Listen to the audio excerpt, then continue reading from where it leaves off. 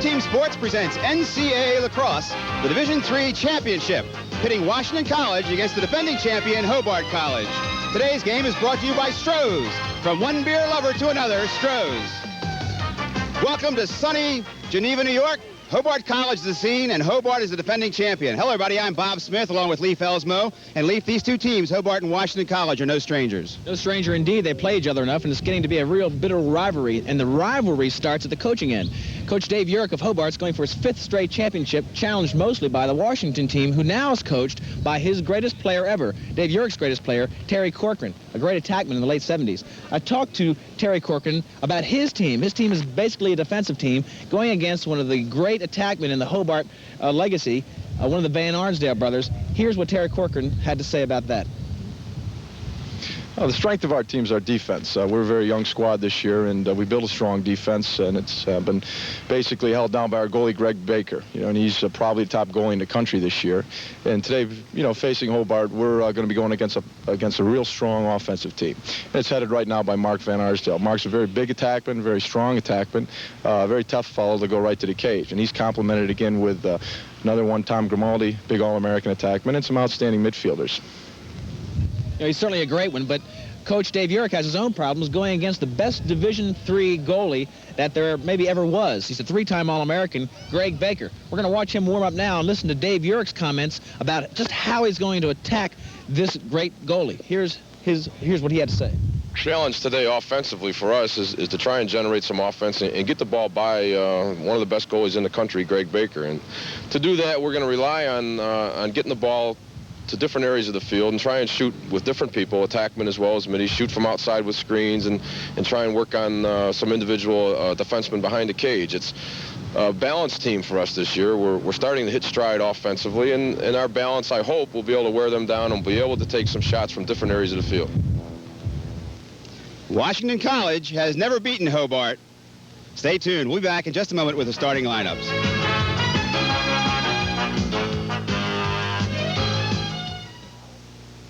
I'd sure like another Stroh's. Oh, wait.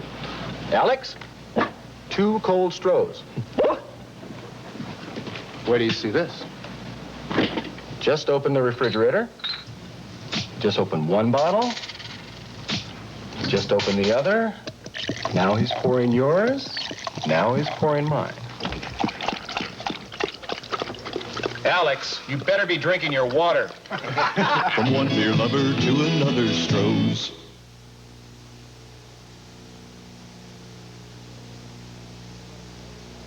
Welcome back to Hobart College. Bob Smith along with Leif Elsmo. Now let's take a look at the starting lineups for these two championship contending teams. First of all, Washington College attack. Number 11, Tommy Gaines from Baltimore. Number 17, Walker Taylor from Charlottesville, Virginia. Number 19, Dan Ducar from Canandaigua, New York. They'll be going against a very, very fine defense for Hobart. Number 19, Danny Whalen from Camillus, New York.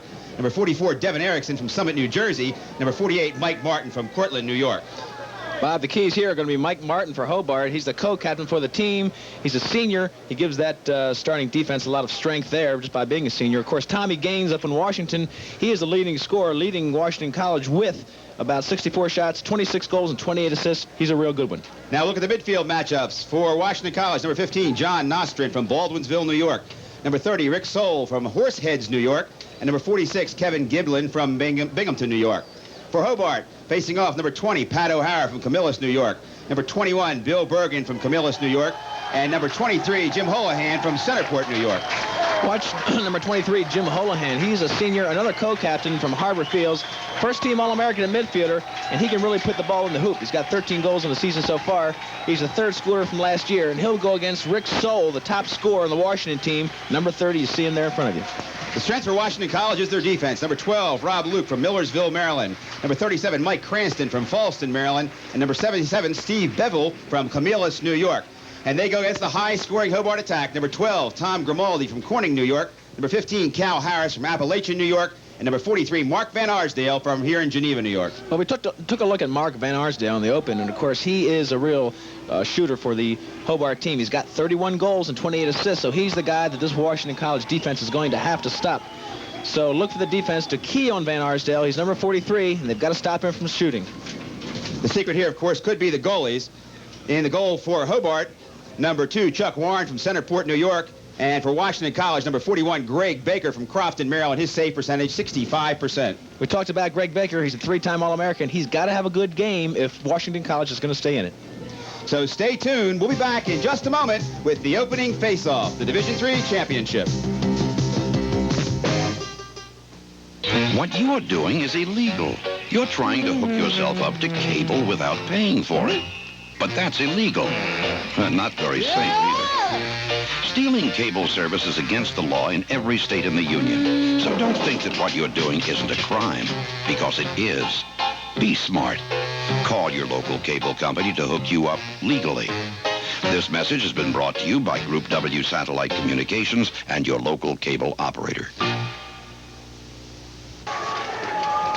We're just about set for the opening face-off of the NCAA Division III Lacrosse Championships. Bob Smith along with Lee Felsmo, and we're very happy to be here in Geneva, New York. Facing off for Washington College, number 46, Kevin Giblin, and for Hobart College, number 20, Pat O'Hara. This is a packed house. People still waiting to come in here. And have you ever seen two rabid groups of fans? It's Washington College fans and Hobart fans, Lee. I'll tell you, before the game even started, Bob, they're throwing compliments all over the field. Bill Bergen controls the faceoff momentarily. Now picked off nicely by number 11, Tommy Gaines. Tommy Gaines, 26 goals and 28 assists for Washington College. And they'll have the first offensive opportunity of the afternoon. We're getting pretty excited here ourselves. This may be the best game we've had on all season. You know, Bob, they played earlier in the season. It was a 12-day game. It was a lot closer than the score indicated. 2 years ago, they were in the same division championship game and went to overtime. Dan Ducar puts the ball out to the side. Washington College drops down into a 2-3-1 in front of the goal. The overload to the right. Coming out now, Rick Soll. Soll with a good left hand, wants to roll in, comes back, and it's a double team by Mike Martin, the big defenseman for Hobart. And Hobart starts the hitting off right away. Still kept in play. Kevin Giblin's going to pick it up and bring it in. Looking inside, Giblin wants to shoot, looking for the screen, comes in, and a low bouncer, and that's knocked down by one of the defensemen, kicked out to the near side. Washington College maintains possession. Washington College isn't that big. Watches the attackman going against a pretty good-sized defense. They're going to have to keep moving the ball through the air. Walker Taylor with the ball. He picked up there by Devin Arkinson. Now back out front. Washington College rotating off the crease. Big man Rick Soll rolls in, and a high shot bounces high above the head of Chuck Warren. It did go out of bounds, but Washington College backs it up very well. Chuck Warren's been tested twice, Bob. There's the crowd. Boy, I tell you, a beautiful day out here. They're out there getting a little bit of sun, but this is a bitter rivalry. Hobart going for 5 straight. Washington College has given them the toughest test the last 2 years. Washington College, however, has never beaten Hobart, but we talked to a lot of the players prior to today's game, and they feel this is the day. I think Terry Corcoran would love to beat him, having played at Hobart. Kevin Goforth has the ball checked away. A nice over-the-head check. Here comes Hobart. Still no control, being brought down by Sean Fox. Now picked up nicely by one of the Hobart attackmen. A lot of hitting, Bob. The midfielders on that clear for Washington College. Washington College is a little bit undersized again coming into this game, but they are out to hit. I tell you, they're real fired up. We saw that in the pregame. Listen to this crowd. This sounds like an Army-Navy game. Back out front, Hobart cuts down to a 1-4-1. They can shoot from all over the field. It's the razzle-dazzle, run-and-gun kind of offense that you're used to seeing in upstate New York and on Long Island. Cal Harris with the ball. Harris almost takes it out of bounds, drops back in now. He wants his right hand. He comes clean, beats the double team. He's hit on the head, and the shot bounces high over the goal. That should be a slash. We'll see the call coming up. It will be a slash, and Hobart will have their first extra man opportunity. While we have a moment, let's run down the referees for you. Jack Lowe is from Sea Cliff, New York. Jim Trumbo from Philadelphia, Pennsylvania. Gray Fallon from Lexington, Virginia, as we're looking at the replay. Watch the drive as Cal Harris comes in here. This senior has the smarts to come in and drive the defender till he's doubled. And, of course, on that double, that was a slash right there. He really should have taken the shot earlier because the double, if it had been proper, would have cleaned him off the ball. But a real good move by Cal Harris. Hobart sets up in a 2-3-1 in front of the goal. They'll work the ball back point behind to Mark Van Arsdale. We'll see as the game goes on, Bob. These teams are really a mirror image of each other, as you might expect, because the coach of Washington, of course, played for Hobart. They do a lot of things the same way. Quick pass off to the side to the overload, and a bounce and a score! That goal, Pat O'Hara, scored by Pat O'Hara, yeah, Lee. A nice shot on the wing. That's what you want to do in the extra man. You want to work the overload, keep the ball moving until you get the man that has an open shot. We're going to show it. Now watch, here's his setup. Now watch, you see him at the top. O'Hara he walks up on the top of the wing to get open, comes in and gets a real nice hard bounce shot right past the goalie for Washington College, the great goalie. Greg Baker. Greg Baker. Now, that hard turf or that hard ground, there's the sideline for Hobart. Bob, you saw in the crease, it's real hard, packed dirt around that area. The ball's going to bounce hard, and if there's any stones in the area, it causes irregular bouncing, so it'll be tough to read for the goalies. Amazingly, the rest of the grass is very long, much longer than Washington College would like it as we watch the face-off. We've got 12-14 remaining in the first quarter. It's Hobart 1, Washington College nothing. Let's see, this is going to be a loose ball push. The possession will go back over to Hobart. Washington College has to stay in the game the first half. Obviously, that's what they want to do. They want to win the game, but they are a little bit undersized. They're a speed team, like you said, Bob, with the long grass here. They want to keep the game close and really pour it on the second half of the physical game. Just tuning our way, Hobart in white with orange numerals, Washington College in maroon with white numerals. The Hobart Statesmen and the Washington College Showmen. That's not S-H-O-W, it's S-H-O-R-E. Quick feed backside, and a score! Number 12, Tom Grimaldi gets the backside feed as Washington College goes to double team and does not make good on it. And now Hobart leads 2-0, 11:59 remaining here in the first quarter. This is really pretty. Watch how the Hobart player comes in, drives into the right pipe to bring two defenders over, feeds all the way across the field to Tom Grimaldi, right across the crease, and that makes the goalie, Greg Baker, slide across, and when the goalie's moving, he has less of a chance of getting in position to stop the shot. Leaf, it appears to me that Baker is playing back in the cage a little bit. He's not out on the edge of the crease taking away the angle like he should be. He might have been on the edge of the crease that time had he not had to slide, though. He had to come all the way across the face of the crease to get that second shot. Face-off controlled by Hobart once again. Getting the face-off, number 40, Glenn Vivian. Here comes Grimaldi. It's Grimaldi with a G. G-R-I-M-A-L-D-I. Cal Harris goes to feed back out to a cutter. Anybody that knows the Hobart team for the years past knows Grimaldi. He had an All-American brother. It's Billy Kerr. Kerr rolling in, beats a double team, feeds back, and they shoot high. That one handled nicely by Greg Baker, his first save of the game. It's the kind of shot you don't want to take against Greg Baker, Bob, because it gives him a chance to get on his feet. That's an easy save to make, and he kind of settles down a little bit. Hobart now in a jump ride. They're putting a lot of pressure on Washington College. They have a Washington College with the 2-on-1 on the near side, a man open in the middle, and they should clear the ball easily now. Number 46, Kevin Giblin, brings it across. Leaf, it appears to me Hobart's running a lot more midfields than Washington College, even here in the early going. Talking to Coach Dave Urick, he gives you a roster. He tells about 3 regular midfields, a long sticks midfield, and he plays about 2 different units on attack and defense. So he really does use the whole roster. John Nostrit rolls in, feeds across, and they bounce it high over top of the cage. And it looks like Washington College has not gotten the feel of that hard surface in front of the goal just yet. The field will be, of course, newer to them. They're up here, the visiting team. But that can be a problem. We mentioned it, that hard dirt. You see it right there underneath the goalie, Chuck Warren. You get some pebbles, some dirt in there, some irregular surfaces. It's going to take some funny bounces. Back out front now. Pat O'Hara. Excuse me, that's number 30, Rick Soll. Back over to Tommy Gaines. Washington College dropping 2 men down in the crease, rotating off the crease, pulling a man back out as they put the ball behind, looking to feed the cutter coming off the crease. Feed backside, and a nice save in there by Chuck Warren. That was a beautiful save by Chuck Warren. Tommy Gaines was on the back door. That was called a backdoor cut. He took the feed right on the pipe, and somehow Chuck Warren rejected that shot. Ricky, stay on! A little confusion on the sideline, Bob. Pass. Yeah. I think they were trying to substitute on the fly in the middle of that clear, and that created problems for him. Here comes Rick Soll. Soll with a good hard right-handed shot. Looks to feed backside. He takes away his own angle. Now comes back out front. Slips down in that long grass. He had a shot there. He should have taken the shot. You know, you heard him yelling on the sideline, Ricky, stay on, Ricky, stay on. He's a little tired, but he had a right-handed shot there he should have taken. Now, Washington College has a defenseman caught down on the offensive end of the field. Shot off the pipe. Taken by Dan Ducar there. Good shot from behind the goal. Boy, Ducar would like to have that shot back. He's only a freshman. That's the problem, or not the problem, but the concern of Terry Corcoran at the beginning of the year was the attack. They graduated most of their top scorers. The attack is very young, anchored by Tommy Gaines. He's only a sophomore. They've got Walker Taylor, a junior, then Dan Ducar. You just saw shoot. He's only a freshman. Washington College starts their offense from back in the far corner. There's a replay. Obviously, Ducar, nice hard bouncer that took the pipe. 2 more inches, that would have been a goal. Back to live action. Back out front to Rick Coate. Code quickly over to Kevin Goforth, and Goforth over to Russ Look.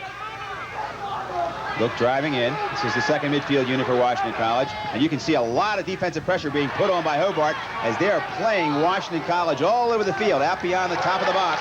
And it results in a turnover. Hobart gets the ball back. That was the long sticks unit that came in, Bob. They had 6 defensive players on the field for Hobart, and he does, Coach Dave York, likes to press on defense. He likes to give a lot of pressure, dictate what that other offense is going to do. Quick feed up now to Devin Arkeson. Devin gives it back now. He's still standing alone on the corner. He can clear the ball across easily. Once he gets it back, he's got it. Nice roll. Now a little bit of trouble. Nice check laid in there by Washington College. Good hustle on the sideline.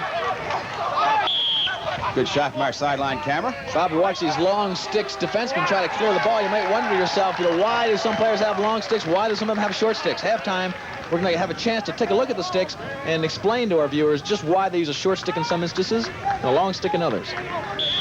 Future Hobart player we just caught a shot of there, backing up the goal. Now back out front quickly. Hobart with the ball.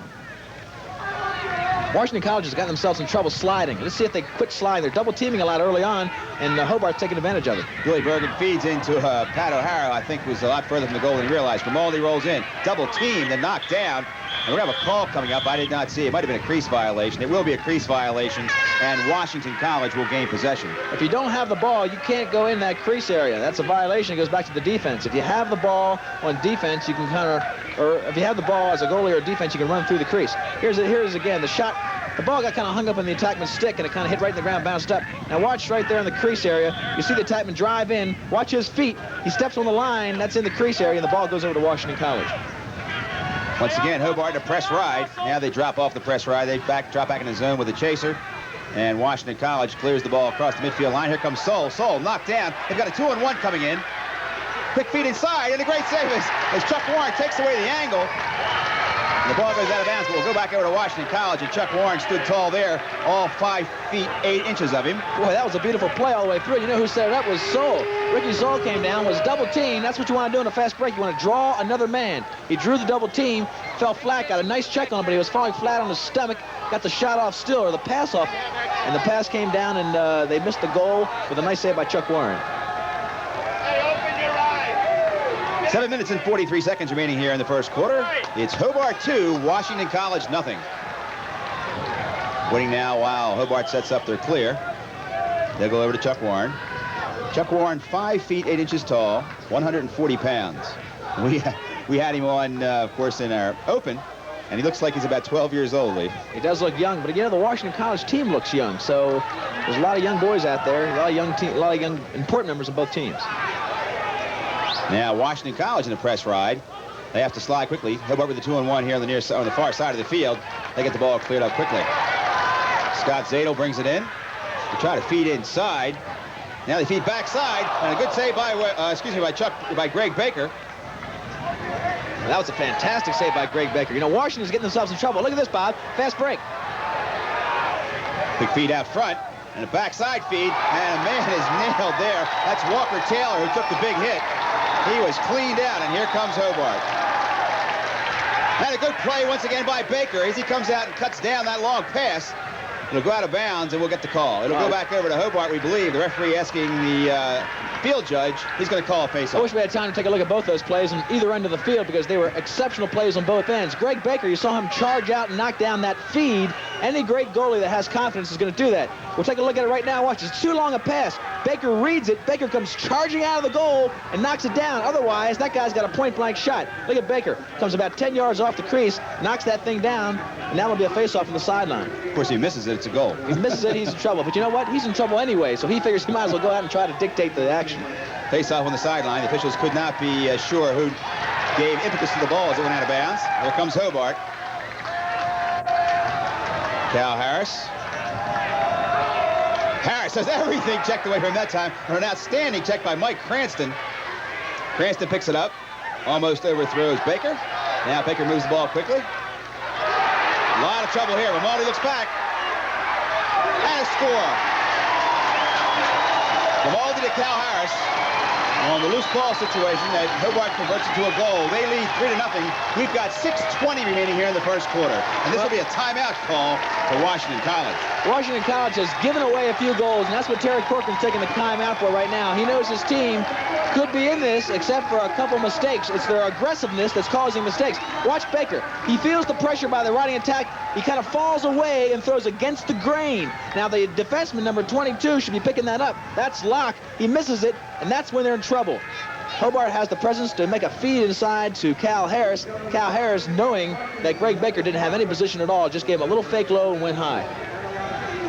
6:20 left, Bob, and I tell you right now, a good timeout by Terry Corcoran, because he's got to stop that team from getting too far ahead before his team can get their feet underneath them. Hey, don't forget, Home Team Sports brings you Orioles Report, the Pennant Chase. This evening at 6 p.m., host Tom Davis looks at the week in Major League Baseball. That's right, here on Home Team Sports, the channel you cheer for.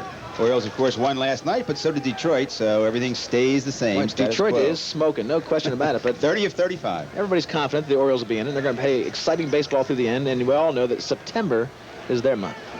And, of course, the Orioles have not played Detroit yet. Beautiful shot of a lovely campus in a lovely area of the United States.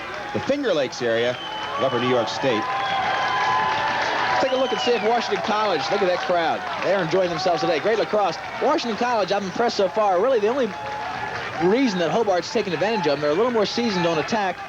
And if they make a mistake, Washington College, that is, Hobart is right there to pick that up and make a goal out of it. Washington College is hustling, Bob. They're double teaming, and that's where they may be making a mistake. They're double teaming, allowing this Hobart experienced attack. Facing off once again for Washington College will be Kevin Giblin. He doesn't get it, rolls out to the side. Still no possession, and should be an out-of-bounds call, and does go against Hobart. Billy Kerr using too much of the field. Possession goes over to Washington College. We'll see if Hobart moves into a press ride once again. Now we look back, and they're dropping back in a zone. Trap on the near side of the field, and one chaser. Now they come down and put a little more pressure on with Grimaldi. You know, the first time they met, Bob, one of the biggest differences in the game was one extra man. Washington College could not convert. They were 0 for 7. Hobart was 3 for 6. And the other thing they couldn't do was clear. Steve Bevel takes it over nicely. Gets it off quickly to Tommy Gaines. Gaines getting a lot of pressure. Looks for help. Pulls it back towards the middle of the field. And Rick Soule picks it off.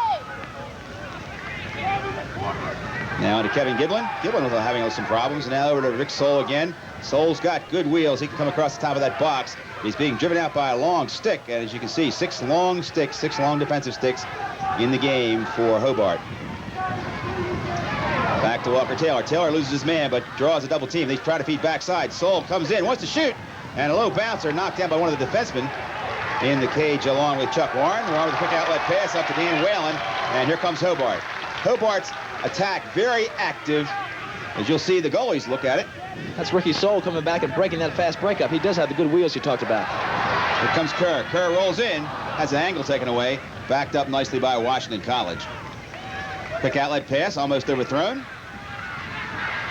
They're throwing a lot of long passes. It's a very windy day, and as you know, Lee, from having played the game, it's tough to make a pass over 15 or 20 yards when the wind's blowing like it is here. I think their inexperience is really showing right now. They're getting a little more settled down. For a championship game, a lot of these young guys are a little jittery. Clearing is basically composure. They're getting their feet on the ground now. I think they're going to be in this game. Comes Cal Harris. He tries to feed point behind. Back out to Tommy Gaines. We've got 4:27 remaining in the first quarter. It's Hobart 3, Washington College nothing. Quick feed inside to a cutter. Backed up by John Nostrand. Nostrand comes and fires, and another save in there by Warren. Talk about the angle, Bob. Chuck Warren made a beautiful cut down the angle. You talk about sitting high in the box. Chuck Warren came out about 6 yards to pick it up, but then because he was so high cutting down the angle, he came back in the crease, and that's a penalty. In and out called. Washington College will retain possession.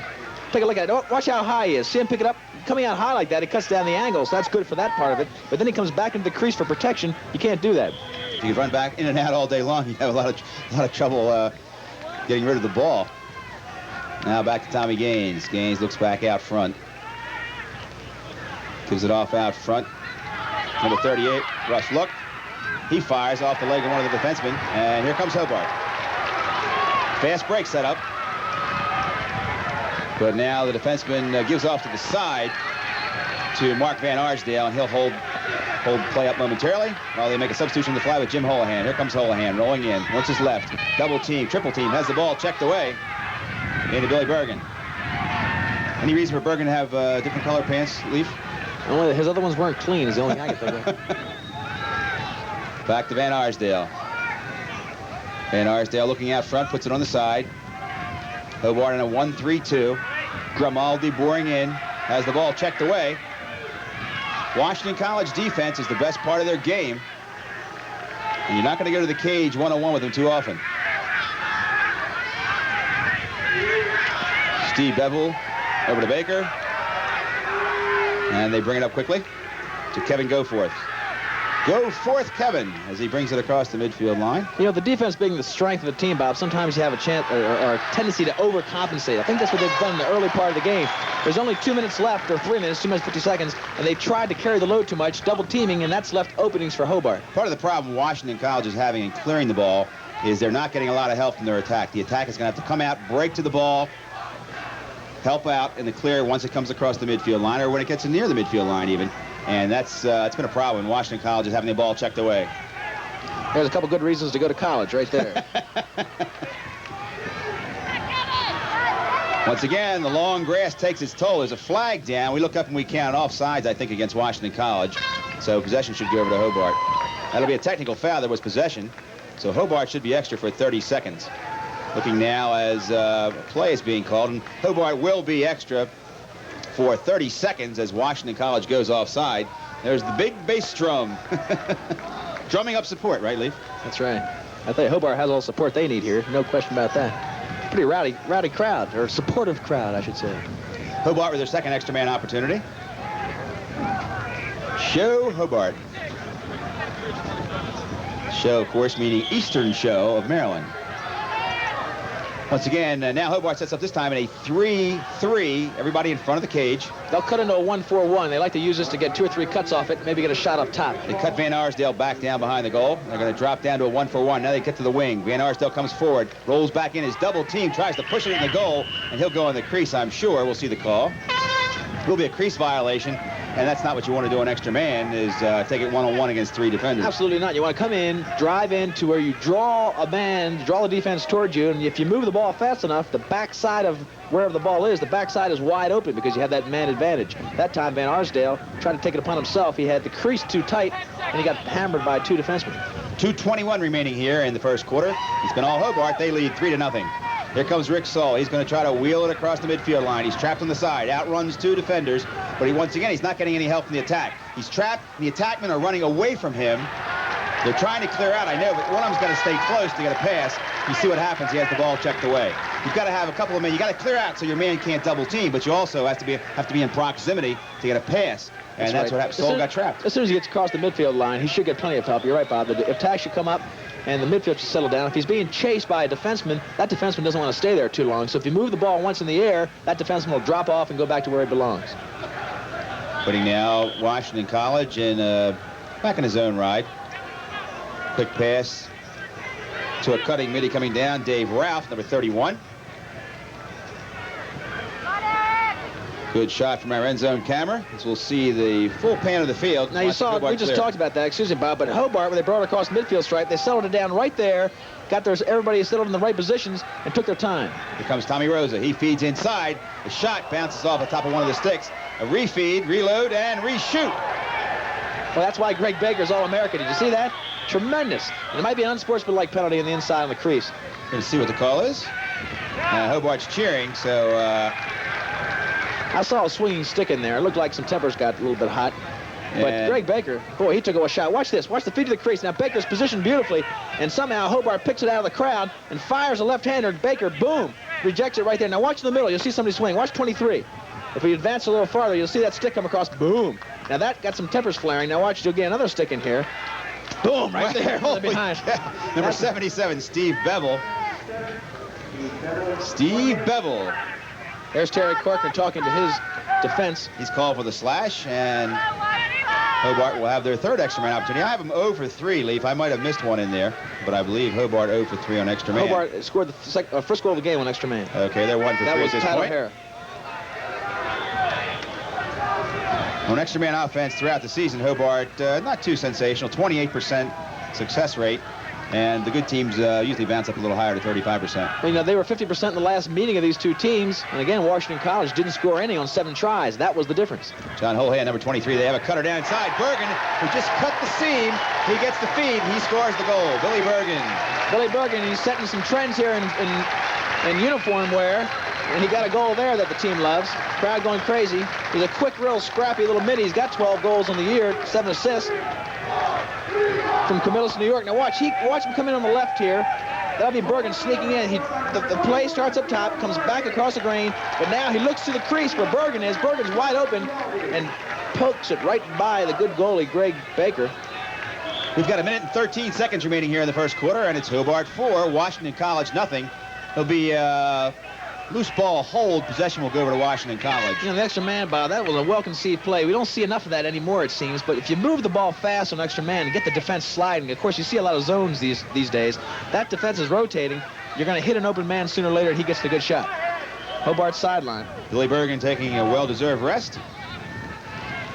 Now, Washington College, once again, Hobart playing Washington College line to line. You'll see them pick up people as soon as they get possession of the ball, regardless of their position on the field. Rick Soule getting a lot of heat there. Gives it off to Walker Taylor. Look at Walker Taylor. Boy, 5'5", 150. Just another example of good athletes being able to play lacrosse. You don't have to be a giant to play this game. You need coordination and speed and heart. And these young men all have it. Here comes Soule. Soule looking for help. Put it back behind to Tommy Gaines. Gaines feeds out front. And a high, hard shot. A good shot taken there by John Nostrin over top of the cage. I saw Tommy Gaines back there. You know, he's indicative of that Washington team. Nothing great and flashy. Real consistent. He's got 54 points on 26 goals, 20 assists. Now watch this shot come real high as Chuck Warren bounces. Look how far Chuck Warren is off the crease. He's about 10 yards out. He's outside of his own crease area. He's really cutting the angle down. He must be anticipating, Bob, that they're going to take a lot of shots high. We've got an inbounds play working here for Washington College. They stack 4 men in front, and they break them off. And a low bounce pass. I'm not quite sure what that was all about. Tommy Gaines bounced one and might have had a stick late in there. Yeah, Tommy was trying to, he came around the one-on-one play, didn't get the shot he wanted, so he wanted to go behind the goal to Walker Taylor. And, of course, the good check on him by number 35 on the Hobart team took him out of the play. That's Kevin Zich? How do you say that? Z-Y-C-H. Kevin Zich. No problem. No problem. We've got 17 seconds remaining and counting down here in the first quarter. As we say, it's been all Hobart. They lead 4-0. Quick outlet pass up, not handled by the big defense stick of number 32, J.C. Stein. Manages to recover. They get it off, and they shoot inside, knowing the clock's running down. And, of course, that one handled easily by Greg Baker. So we played 15 minutes here in the Division III Championship. And the score is Hobart 4, Washington College nothing. We'll be back in just a moment.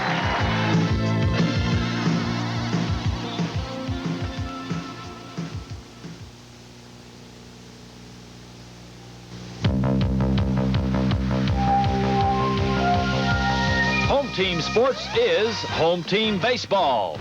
Tuesday night, live and exclusive from Oakland Alameda County Coliseum, the Orioles battle the Oakland A's. Catch all the excitement of Orioles magic live Tuesday night at 10:30 when the O's meet the A's. You'll see the best in home team baseball right here on Home Team Sports, the channel you cheer for.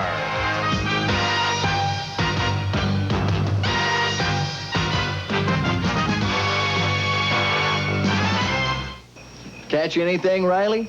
Yeah, caught this granddaddy of a fish. But when I got him in the boat, he says, I'll give you 3 wishes if you throw me back. A talking fish? Well, it was hot. I was thirsty, so I wished for a nice cold Stroh's beer. And there it was.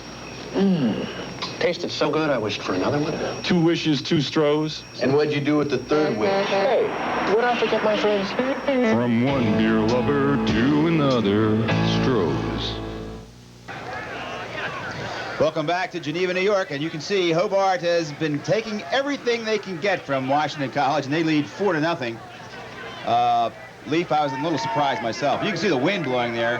It is playing havoc with some of our upper camera locations. Occasionally you'll see a little bit of wobble. It's not in your set, it's in our cameras because of the about 35-mile-an-hour winds blowing here.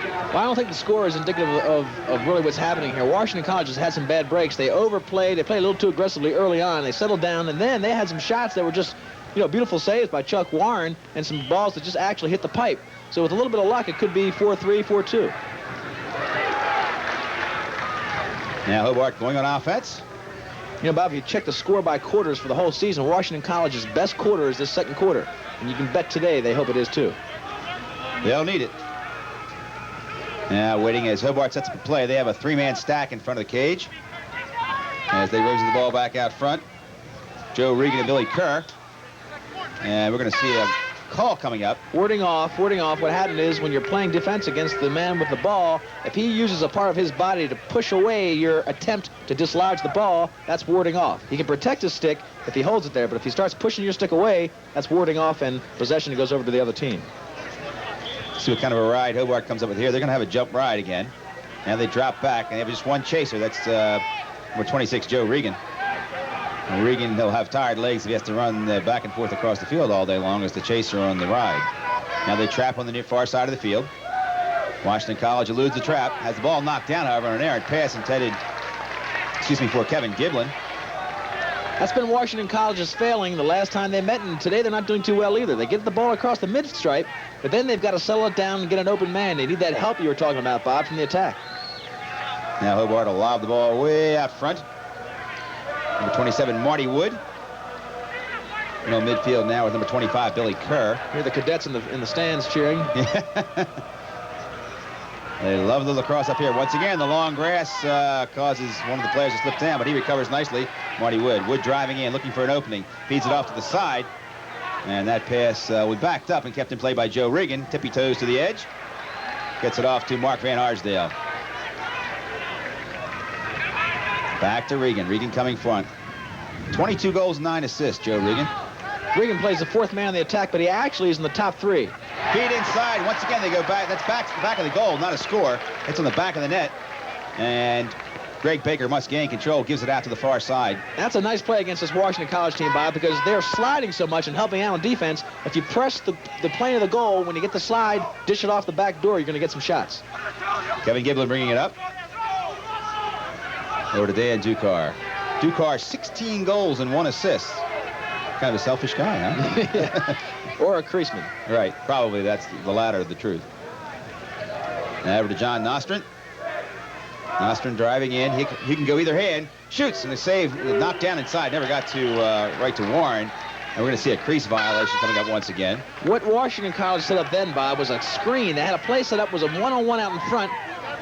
Illegal procedure being called against Hobart, and I missed that, but Washington College will retain possession. See if they set that up again, at least if not this series. Here it again, they set a one-on-one up top. Now watch, on the crease, you've got two attackmen trying to screen the shot. Now the ball comes in, Tommy Gaines jumps up in the air. We saw him come down. Those two men right there, 11, Tommy Gaines, and 45, they jump up, screen the goalie from seeing the shot. Hopefully it goes in. Comes Walker Taylor. Taylor looking back out front with the ball point behind. Really a size mismatch there, but Taylor drops inside, and he's knocked down on a good backup. Warren with the ball. He'll get it out to the side quickly. Hobart will look for the long outlet pass. You talk about guts. Walker Taylor, holy smokes. All 150 pounds in there, pounding on those defensemen, trying to get that goal. Once again, an errant pass coming across the top of the box, picked up nicely by Bevel. But his pass is the honors return. Still no control. And now Washington College finally gets possession. Hobart back in the hole very, very quickly. No fast break. And a trailing midi comes in and really dislodges the ball. Number 20, Pat O'Hara. I'll tell you what, Coach Corcoran is really furious about that lack of intensity on the attack. Let's see if he makes a substitution. They had to clear, and they just didn't hustle enough and look around. They weren't aware. Here comes Cal Harris. Feeds backside. Handled a little late by Joe Regan. Regan fields back out front to O'Hara. Still no control. Back over to Hobart. Almost offsides, but close. They're going to call the offside as O'Hara jumped back at the last second, so possession will go over to Washington College. That was a good call. Pat O'Hara, number 20 in the midfield. He was on the midfield stripe, tried to get back in time, but he fell back and put his hand over. And there's the score. 4-0 Hobart if you just joined us in the second quarter with only 11 minutes and 17 seconds to go in the half. Hobart in white jerseys and Washington College in maroon.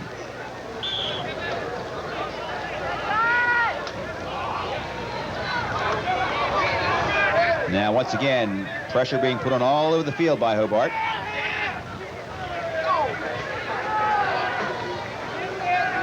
Dan Ducar trying to drive in. Ducar is going to need a little help. He's about to get double teamed. Tries to beat it, turns, and another great save by Chuck Warren.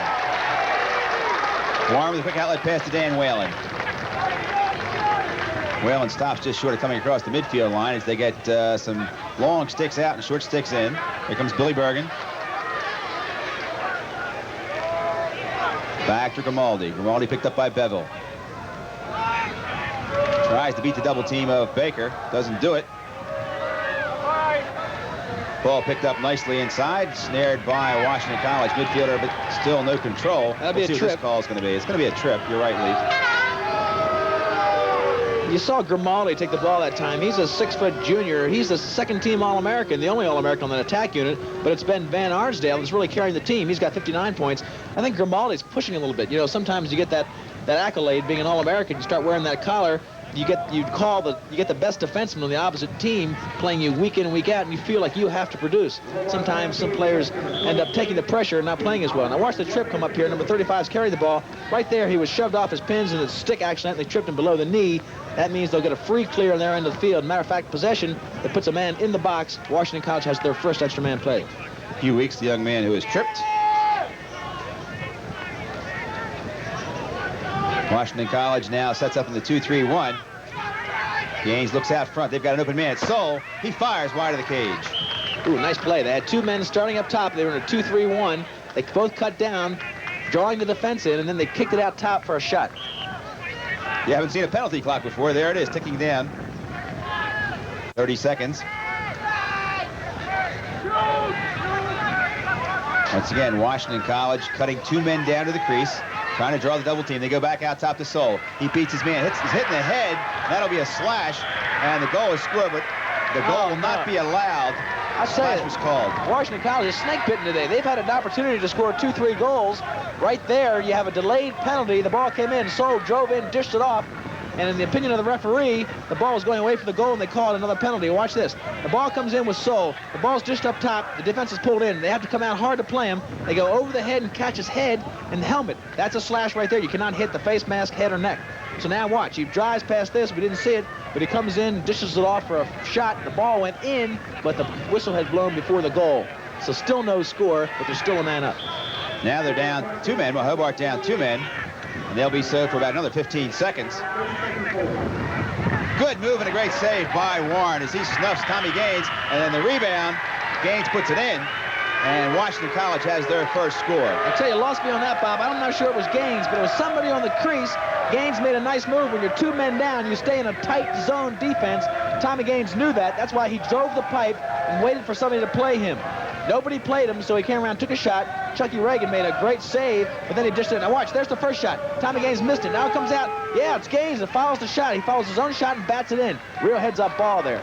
9 minutes and 31 seconds remaining in the first half. It's Hobart 4, Washington College 1. I tell you, they were snake bitten, but they finally got one on the board, and that could unleash them. Kevin Giblin controls the faceoff. Gives it off quickly to Dan Ducar. Now back to Giblin. Giblin goes point behind. They feed out backside. Now back out the top of the box, and they overthrow Giblin. That's been picked up by Hobart. Hobart rolling in 2-on-1 if they can gain possession, but it takes a little bit of time to get the ball back, and Washington College gets in on defense. Here comes Tom Grimaldi. I tell you, you should watch Terry Corcoran when the ball comes up the field close to him, Bob. I swear to God, if he had a stick in his hand, he'd be on that field in about 2 seconds. Very intense man when he played here. Outstanding attackman. The double team dislodges the ball. Here comes Greg Baker. Looks for a quick outlet pass. Now back to Baker. Baker will set it up. He'll take it back to the far side of the field or back to the center of the field. All right, this is a phase of their game they've got to work on. They've got to make the successful clear. They've had an okay time getting to the midfield stripe, but they can't get it across farther than that. And we're noticing now that the attackmen are way down in the corners, staying pretty much out of the clear entirely. It's okay to start back there, but once the ball gets to the midfield, they should come up and help out. If Washington College can make the 60-yard pass, they've got two attackmen open in the corners. In fact, now they have two men very wide open in the corners and no defenseman playing, and I'm sure they'll pick that up. We'll see what this call is going to be. It's going to be a push, we believe. We'll see what the call is. Elbow to the head. Illegal check, 1 minute. You heard that very clearly on our sideline mic. The illegal check, 1 minute. So Washington College will have another extra man opportunity. Terry Corcoran likes that a lot because now he gets to sit in his extra man play. He just talks to Tommy Gaines. He's going to go behind. The man behind, in this case, he's the quarterback. Now watch the play here. It's an illegal check. Watch number 15 come in. Now here he is in the left of your screen. Watch the high elbow. Right up to the head. No, sir, you don't have to do that. You go for the body. Anything up to the head delivered with a stick or the arm, that's illegal. Illegal check, that'll be good for a minute. Washington College has a chance to break it down to 4-2 with 8 minutes left in the halftime. That's not even a legal check in football. Bob, we want to remind all the lacrosse fans that are watching this great game that Home Team Sports is Home Team Lacrosse. Tomorrow afternoon at 2 o'clock, live and exclusive, it's the Division I lacrosse semifinal between North Carolina and Johns Hopkins. And let me tell you, those two teams never play a dull game. Tomorrow afternoon at 2 o'clock, you'll see the best in Home Team Lacrosse right here on Home Team Sports, the channel you cheer for. And, of course, we saw North Carolina do the job on Virginia Wednesday night. They beat them 11-2, and they were very, very impressive doing it. They are really something. Both those teams played drag-out games year in and year out. Those two teams are vying for the championship. Is that a friend of yours from Saudi Arabia there, Leaf? Yes, he comes down to just give gas for the truck so the cameras get here. He brings in. As you watch the extra man play, Tommy Gaines behind. It's in a 2-3-1. He'll be the quarterback. The ball will go back to him. There'll be two cutters coming through. He'll look the cutters over and then go up top for the shot. Soul cranks and a nice save by Warren. That's the shot they want. They have a good screen in there, and Rick Soul's getting off good shots, but Chucky Warren's doing an outstanding job in the cage. Big, fluffy cumulus clouds playing havoc with our cameras here. Some of them are different than cumulus. Defenseman rolling in. He wants to shoot, and a great save by Baker. Number 10, Sean Fox, came in that time, but Baker had that one read all the way. Here comes Washington College. They're still extra. And once again, pressing the ball down, they throw it away. Washington College could have settled that time. They had the extra man situation. No need to rush. Certainly is a bad break. To get the ball down there on a fast break, you've got to make the crisp pass. The play was set up beautifully by Rick Cody. He came down, or caught, he made the nice pass, or had the chance to make the nice pass and set up the fast break. Didn't get it. 7 minutes and 17 seconds remaining here in the first half of the Division III Championship, coming to you live from Geneva, New York. Washington had a good opportunity to get back in the game, 4-2. They missed it. They had an extra man. Long clearing pass up the field to Tom Euchre. They feed across, and a shot knocked down before it ever gets to the goal. Still no control. Grimaldi has it checked away.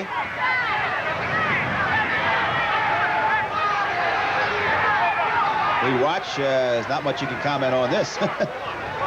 Still no control.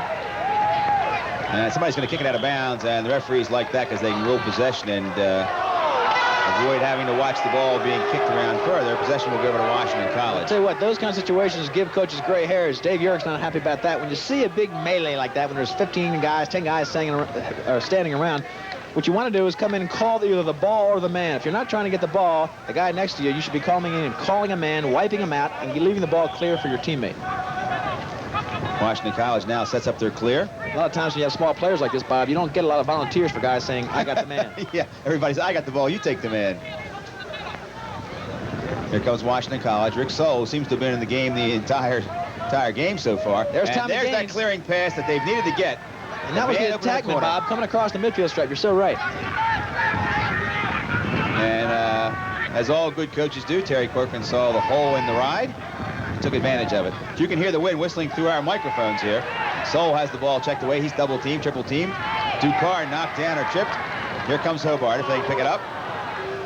Kept in play nicely. Cal Harris with control. Harris rolling in, has his man beat. There comes the slide. Harris still gets the shot off, knocked down by Baker. And Harris wiped out one of the Washington College showmen. That's a move I haven't seen. That was an off, I think it was off tackle, wasn't it? Like a straight up off tackle play. He came around the guard, and he came right into the goalie. And there's the call by the referee. He's calling, he lifted his arm. Now watch when he comes in. You go, if he butts in head first, that's okay. But watch his off-stick arm shove the man up. He shoves the man off with his off-stick arm. That is not legal, and that's why the ball is going back to Washington College. John Nostrit, 5'8", 165. Cal Harris, 5'10", 170. Not too much of a mismatch there. Pretty equal. Now back to Baker. Both teams' games have broken down a little bit. There's only 5 minutes left in the half. Washington College needs to get a good shot off. Settle down, take a good shot. There's the attack helping out. They've got a man open on the far side. Good pass. Another backside feed. And that time, the wide pass is what took away that shot. They shoot and they score. Number 15. That's John Nostrum. Real nice play, I tell you. Goal for Washington College. A lot of composure for Washington College on that play. These guys aren't real flashy. They're not big, they're not real fast, but they're real well schooled and good stick work. The ball came all the way across to Nostrum, and then he just winds up and takes a shot. By that time, the goalie, Chucky Warren, was over on the right side. He had to go back over the left side. See him moving? He's moving his feet. Now he thinks he's set, but he's not. The hard shot came over his shoulder. Real nice shot by John Nostrum. 4-2, and I tell you what, Washington College is probably just about where they want to be after that slow start. Yeah, they've played very, very well since the end of the first quarter. And they have really dominated play, actually, this whole second quarter. Here they come again. They've got a fast break. Over to Gaines. Gaines feeds inside. And a great save by Warren. Turns that back. Shot by Dan Dukar. Should have been a goal. Now Gaines is moving. He comes clear. He's got a good left hand. Low bouncer once again picked off by Warren. And a quick outlet pass to Billy Bergen. They feed inside. Fast break coming up. Beautiful shot. A high diving shot. We'll see who it is as soon as he turns his number our way. Cal Harris, I believe. I think you're right, Leaf. It is Cal Harris. But I tell you who set that up. The whole team did on the fast break. It came over to Grimaldi first. Now watch the play. Moving around. This is the way you run a fast break. You hit the open man, come down to the point. Grimaldi has it. He draws the defenseman over. And then there he is, Cal Harris on the far side, dipping it right over top of Greg Baker. Greg Baker had little or no chance to stop that if they made that second pass complete, and they did. There's the excitement from Cal Harris, number 15. He's a senior, 17 goals on the year, 31 points, real balanced attackman. Timeout called by Terry Corcoran. Corcoran sees his team play very well for about 11 minutes, and all of a sudden one fast break the other way, and they're down 3. It's Hobart 5, Washington College 2. A little under 5 minutes remaining here in the first half, 4:57 to be exact. They played beautifully on that end. As a matter of fact, they had some real good shots. They didn't get the ball in there, and of course, on the broken situation, if a team like Hobart can move it that well, you're going to get burned once in a while. I want to remind our fans that Home Team Sports is professional boxing. Live from the Sands Hotel in Atlantic City, it's the 10-round light heavyweight bout between former WBA champion Mike Rossman and Roddy McDonald. Monday night at 9 p.m., live and exclusive, you'll see the best in professional boxing right here on Home Team Sports, the channel you cheer for. One of our producer, Joe Harlan's favorite sports. I'm sure he'll want to watch that. Looking at this capacity crowd, standing room only. Here we are into the huddle. This is the Hobart Statesman huddle, and I'll tell you what, this is going to be their 5th championship if they can pull this off, Bob. That should probably be unprecedented. I don't know the facts on that, but it's got to be one of the best records ever. Dave Urich. Hobart has won 40 straight games against Division III competition. They've been in a championship. I think they've had a championship 7 of the last 10 years. And since the change in Division III standings, where they wiped out Division II, went to solely Division III playoff, they've been the only team to win the championship 4 years straight. Tom Rosa facing off for Hobart and Kevin Giblin for Washington College. Good tight shot there as Hobart gains control. And they lose it as quickly as they gain it. Here comes Grimaldi. Dave Urich really upset he didn't get a call on that. He wanted to slash. He heard the contact, and he may have heard the contact. It was close up around the head, but if it's a brush or if it hits the stick and goes into the helmet, that is a lot of times okay, and it's not a penalty.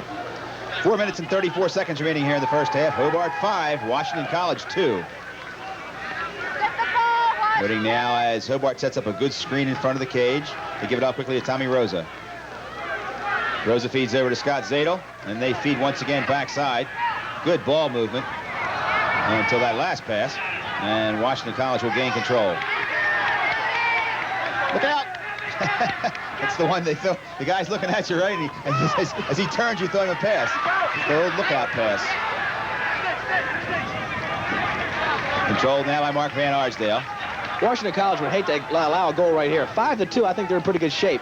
6-2 is a pretty good margin, 4 goals. Well, as you get down to the end of the first half, you need that momentum going for you when you go in the locker room. And right now, Hobart has gained it back.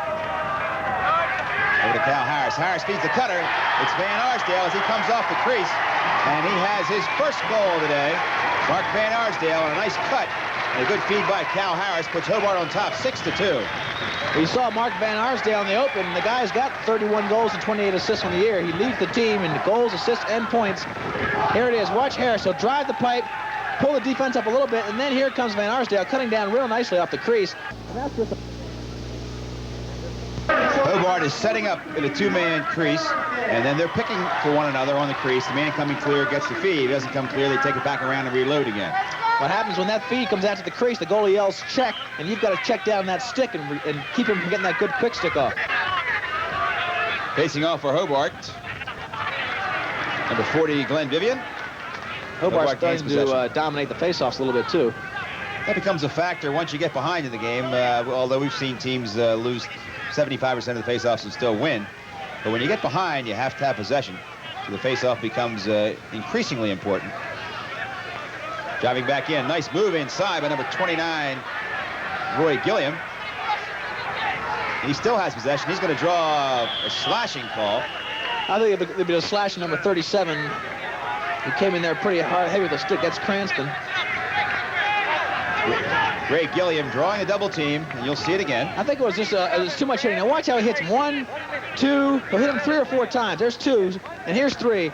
That's when the flag goes up. See that? The referee was right there. Great camera angle. That's flashing. The normal rule of thumb is you can hit him twice, then back off and give him a little breathing room. If you hit him 3 times hard, not getting close to the stick, usually the referee's going to pull the flag. Stick was in the other hand, in fact. Yeah, but I mean, you can hit that offhand stick as long as it's protecting the stick, the hand that has a stick. But that seemed to be a little bit excessive. 3 hits in a row. Hobart 2 for 3 on extra man so far. Their 4th extra man opportunity right now. 1-minute penalty. Billy Bergen looks over, doesn't give it in. Now he'll put it back over as he rolls back out across the top. They're set up in a 1-4-1. Hobart in a 1-4-1. They try to get the shot out to the wing to O'Hara. O'Hara feeds inside, and that one got knocked down. Picked off by a Washington College defenseman. Rolling up the field, number 23. That's Eric Geringswald. He gives it off to Walker Taylor. It's always a tough feed to go into the crease when you're on extra man because that's where your defense is sitting in pretty much of a zone. They want to take away the crease shot and give you the outside shot. Ducar rolling in, looking for the double team. Gets it, but can't find an open man. He gives it off back out front. We're down to 2 minutes remaining in the first half. It's Hobart 6, Washington College 2. Ricky Soule takes it back behind. He's looking for a little help. He's going to draw the double team and try to dish it off. Puts it out front. And a good shot taken in there by Dan Ducar. That's the play he wanted. Drew the double team, had the open man out front. Soule set it up. He took the double team, you're right, and then dished it off front. But I think Ducar's hurting him a little bit as far as his play. He's a freshman. He's not real seasoned, and he's not real fast, Bob. There's a young man backing up the goal, and you can see what school he's rooting for. A few years from now, that boy will probably be an All-American here. Or a television producer. Same thing, isn't it? And now, Walker Taylor coming to the side of the cage. He picked up inside. He gives it off. Back to Soule. Soule doing yeoman duty here for Washington College. Top shot is high. Knocked down by Warren. And 2 men fighting for it. Still no possession. Soule regains. Does a roll dodge. Comes back in. Goes to shoot again. Has it knocked down again. And that'll be good play by Soule. Looking for the push call there, but yeah, Soule hustling. That's right. The referee judged that it was not from behind. It was from the side of the player. But Soule, he came in. He made a lot of nice moves. But now watch Soule number 30. He comes over, checks the man from the side. That's legal. The ball goes out of bounds. They maintain possession. He's tired right now. Let's see if they get a sub in for him. Watch him now. Watch him make the play. He can play the man as long as he's within 5 yards of the ball. The ball just before it hit his stick, he's legal target, and Soule takes him out and gets the ball back for his team. Back to Walker Taylor. Taylor quickly over to Tommy Gaines. 1 minute and 10 left, Bob. Giblin tries to get it to Soule. It's taken away. Fast break coming up for Hobart. Shot to save. Baker in a lot of trouble now. He's going to need some help. He finds it back behind the cage. Back over quickly to Kevin Giblin. Baker makes it look pretty easy, but that's a real exceptional save when you come in 3-on-1 like that. We're inside a minute. We've got about 43 seconds remaining here in the first half as Washington College throws it away. Kevin Giblin leading his pass too far to Dan Ducar, and Hobart will have 35 seconds to try to put one more score on the board They already lead by 4. There's the crowd. They like what they see. 6-2 so far. And Washington College has had their opportunities, Bob. Looks like their inexperience is just kind of hurting them a little bit in key situations. And that's the man right there, Ducar, the freshman you saw come up the field, that I think they might do well to get somebody else in there that can handle the speed a little more. Quick feed to Carey. Carey tries to get it back over to a man in the middle. And then now Hobart's going to call timeout. They want to set up this one last play with 25 seconds remaining here in the first half. What would you call here, Leaf? Hobart ball. I'd come around and give it to my big man like they did before, work it around behind. They do so well. The work off the crease. They get the guy coming from behind, Tom Grimaldi, a lot of times. He's beautiful at forcing to the plane of the goal, drawing the double team, and then dishing it off for a feed. We'll see if that's what they set up. And, of course, Washington College will probably put 6 long sticks in the game. Both teams use a similar philosophy for the 6 long sticks. They bring in a fresh unit, 6 long sticks. 2 of them go back on the close defense, and they swing 2 of the close defensemen up into the midfield because they have better legs. Not better looking legs, Bob. They're faster legs. Yes, I saw some of those legs. They're not good looking legs. Home Team Sports is Home Team Baseball. Wednesday afternoon at 3 o'clock, live and exclusive from Oakland's Alameda Stadium. The Orioles meet the Oakland A's in day 2 of their 3-game series. That's Wednesday afternoon at 3 p.m. You'll see the best in Home Team Baseball right here on Home Team Sports, the channel you cheer for. The Baltimore Orioles. Waiting now for the whistle to blow. 25 seconds remaining on the clock. Here in the first half. Here's Grimaldi. Let's see if he takes it back. He might give it to Van Arsdale, which he does. Van Arsdale coming front. Put it out to O'Hara. O'Hara cranks and scores. Second goal for Pat O'Hara. They did pretty much what we thought they might, except the personnel are a little bit different. Watch the pass. We watched the pass. Watch this. Back to Grimaldi. There's the shot up top. Before that, by Pat O'Hara, it's the second goal of the game. He's a senior. But what happened was they drove from behind. Mark Van Arsdale, who's very dangerous, drove from behind. The double team started. The slide came into him, leaving Pat O'Hara open up top. Right away, when he sees the double team, he throws the ball up top to Pat O'Hara. He comes in and cranks it up from the outside. 14 seconds remaining here in the first half. It's Hobart 7, Washington College 2. Last 4 minutes, Washington's game has really come apart. Ball control by Washington College. Russ look. Feeds inside. And a good defensive slide in there by Hobart will be the last play of the first half. And you can hear this crowd roaring. And it's no doubt who's leading this game. It's Hobart 7, Washington College 2. Stay tuned. We have a very special halftime for you. I'm sure you won't want to miss it.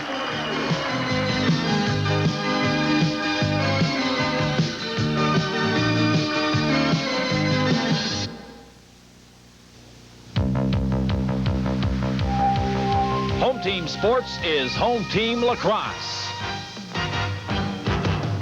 Sunday beginning at 2 o'clock, it's a collegiate doubleheader. Catch all the action of the NCAA Division I semifinals. The excitement of a collegiate lacrosse doubleheader begins at 2 o'clock Sunday afternoon.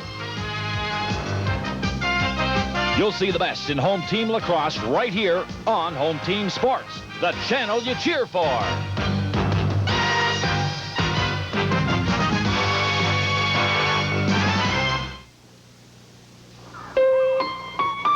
East Point, Maine and Old Milwaukee both mean something great to these guys. East Point means a New England clam bake, summer fun and food at its best. And Old Milwaukee means a great beer. Cold, crisp Old Milwaukee beer and smooth golden Old Milwaukee Light. Old Milwaukee. And Old Milwaukee Light. Taste as great as their name. You know, guys, it doesn't get any better than this. We've just completed 30 minutes of the Division III NCAA Lacrosse Championship, and Hobart leads Washington College 7-2. Quickly run down the scoring. For Washington College, Tommy Gaines 1 goal, John Nostrin 1 goal. For Hobart, Tom Grimaldi 1 goal, Cal Harris 2 goals, Mark Van Arsdale 1 goal, Pat O'Hara 2 goals, and Billy Bergen 1 goal. What do you think so far, Leaf? I think the experience the the Hobart team has is really showing. Washington College has had their opportunities, and if it wasn't for a little bit of bad luck and a lot of inexperience, they'd be right in the game. But Hobart, you can't, any good team, you can't give them that seam or they'll jump right in it. And that's what Hobart does. They ram the ball down your throat if you make an error. some of the ball boys here backing up the goal so the ball can be put back in play quickly. And you see the size of their sticks. We talked about the length of sticks a little earlier in the game, and I know you had an opportunity to have a demonstration for us. Let's take a look at that right now. Thank you very much, Bob. We've got a very special guest at halftime today, the Washington College coach, Terry Corcoran. Terry, we've watched your team battle Hobart today in the championship, but what the fans don't know at home is how close to home this field is to you. Why don't you start with where you grew up and where you played ball? Well, I grew up in Corning, New York. It's about 45 minutes south of Geneva. I was actually born in Geneva, so my father's family is from. And this is where I spent my college career. I played in 3 championship games here at Hobart. And 3-time All-American? Yes, it was. And I was very fortunate at the time to play with a great deal of talent and some good coaches. You know, Jerry Schmidt, Dave Urick was assistant coach at that time under Jerry Schmidt, who's and Dave's the head coach here right now. You were an assistant coach. Here, sit down and relax a little bit. You were assistant coach in 1982. That was just 2 years ago when Washington College came down to play Hobart in the same championship game for Division III, right? Well, I was here in the semifinals when Washington won the semifinals. And a year later, I left to Princeton, and then Washington came back and played in the finals that year. And this year, you've got Washington College coming in for a chance to beat Hobart, of course, the team you played for so well as an All-American. How has the Hobart training reflected in your coaching styles at Washington College? Well, I think there's a lot of similarities between the two teams. You know, we're a very aggressive, very physical team. Much of our strength is around our defense, our goalie, Greg Baker, and a lot of our offense starts from our defense. You know, we're very aggressive, very physical, and it creates a lot of transition, a lot of fast break goals for our offense. You know, living in New York all your life and playing ball up here, it's kind of exciting to us, or we're down in the home team sports area, which is Maryland, Washington, Virginia. You live in Washington now, or you live, in Chestertown down at Washington College. Yes. You like it? I like it a great deal. The Eastern Shore is very much like upstate New York, where I'm from, except the weather is a great deal better. The weather's better for sure. Yeah. Now, Hobart College has won 4 straight championships. You think this is going to go? This is, you know, a tremendous record. Do you feel that you can penetrate that record, maybe get Washington College up there on par with Hobart? Well, we're a very hungry team. You know, Hobart has a great deal of pride, great deal of tradition, as does Washington College. And if we've got one thing going for us today, we've got a hunger that only someone that's never won knows. We're getting ready for the second half a little while. Do you think you're a second half team? Yes. We're going to be going the whole 60 minutes to the game today. You've got 2 years under your belt at Washington College now. Do you feel that without the ability to have scholarship money, that's going to hinder you against the bigger programs in lacrosse? Oh, no, not at all. I think one thing a lot of people don't realize about Division I and Division III is that scholarships are for a year. And, you know, a lot of kids get money to go away to college. They only get it for a year. At Division III level, we can't award money based on athletic ability. However, we're able to provide financial aid packages for the students that qualify that have need, and they've got that for 4 years.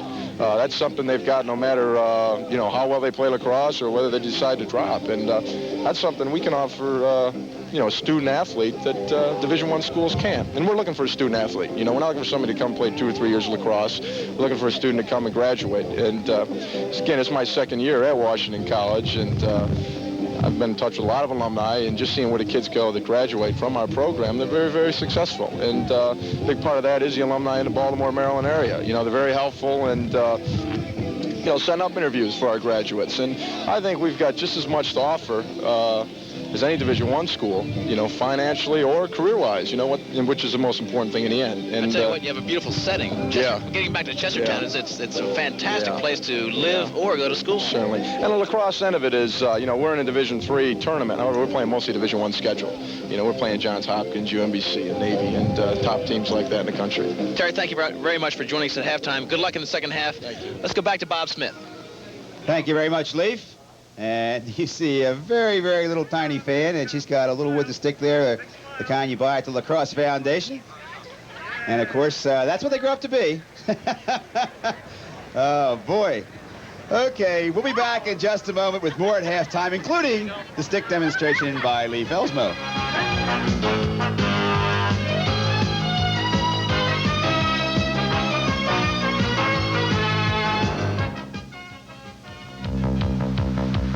Home Team Sports is professional boxing.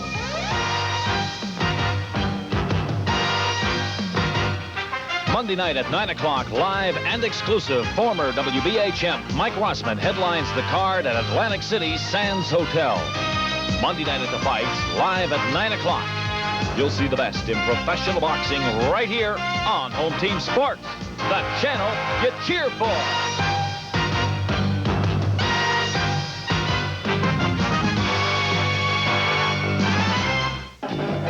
This bartender's an ex-big league pitcher and loves to serve fire-brewed Strohs. See what I mean?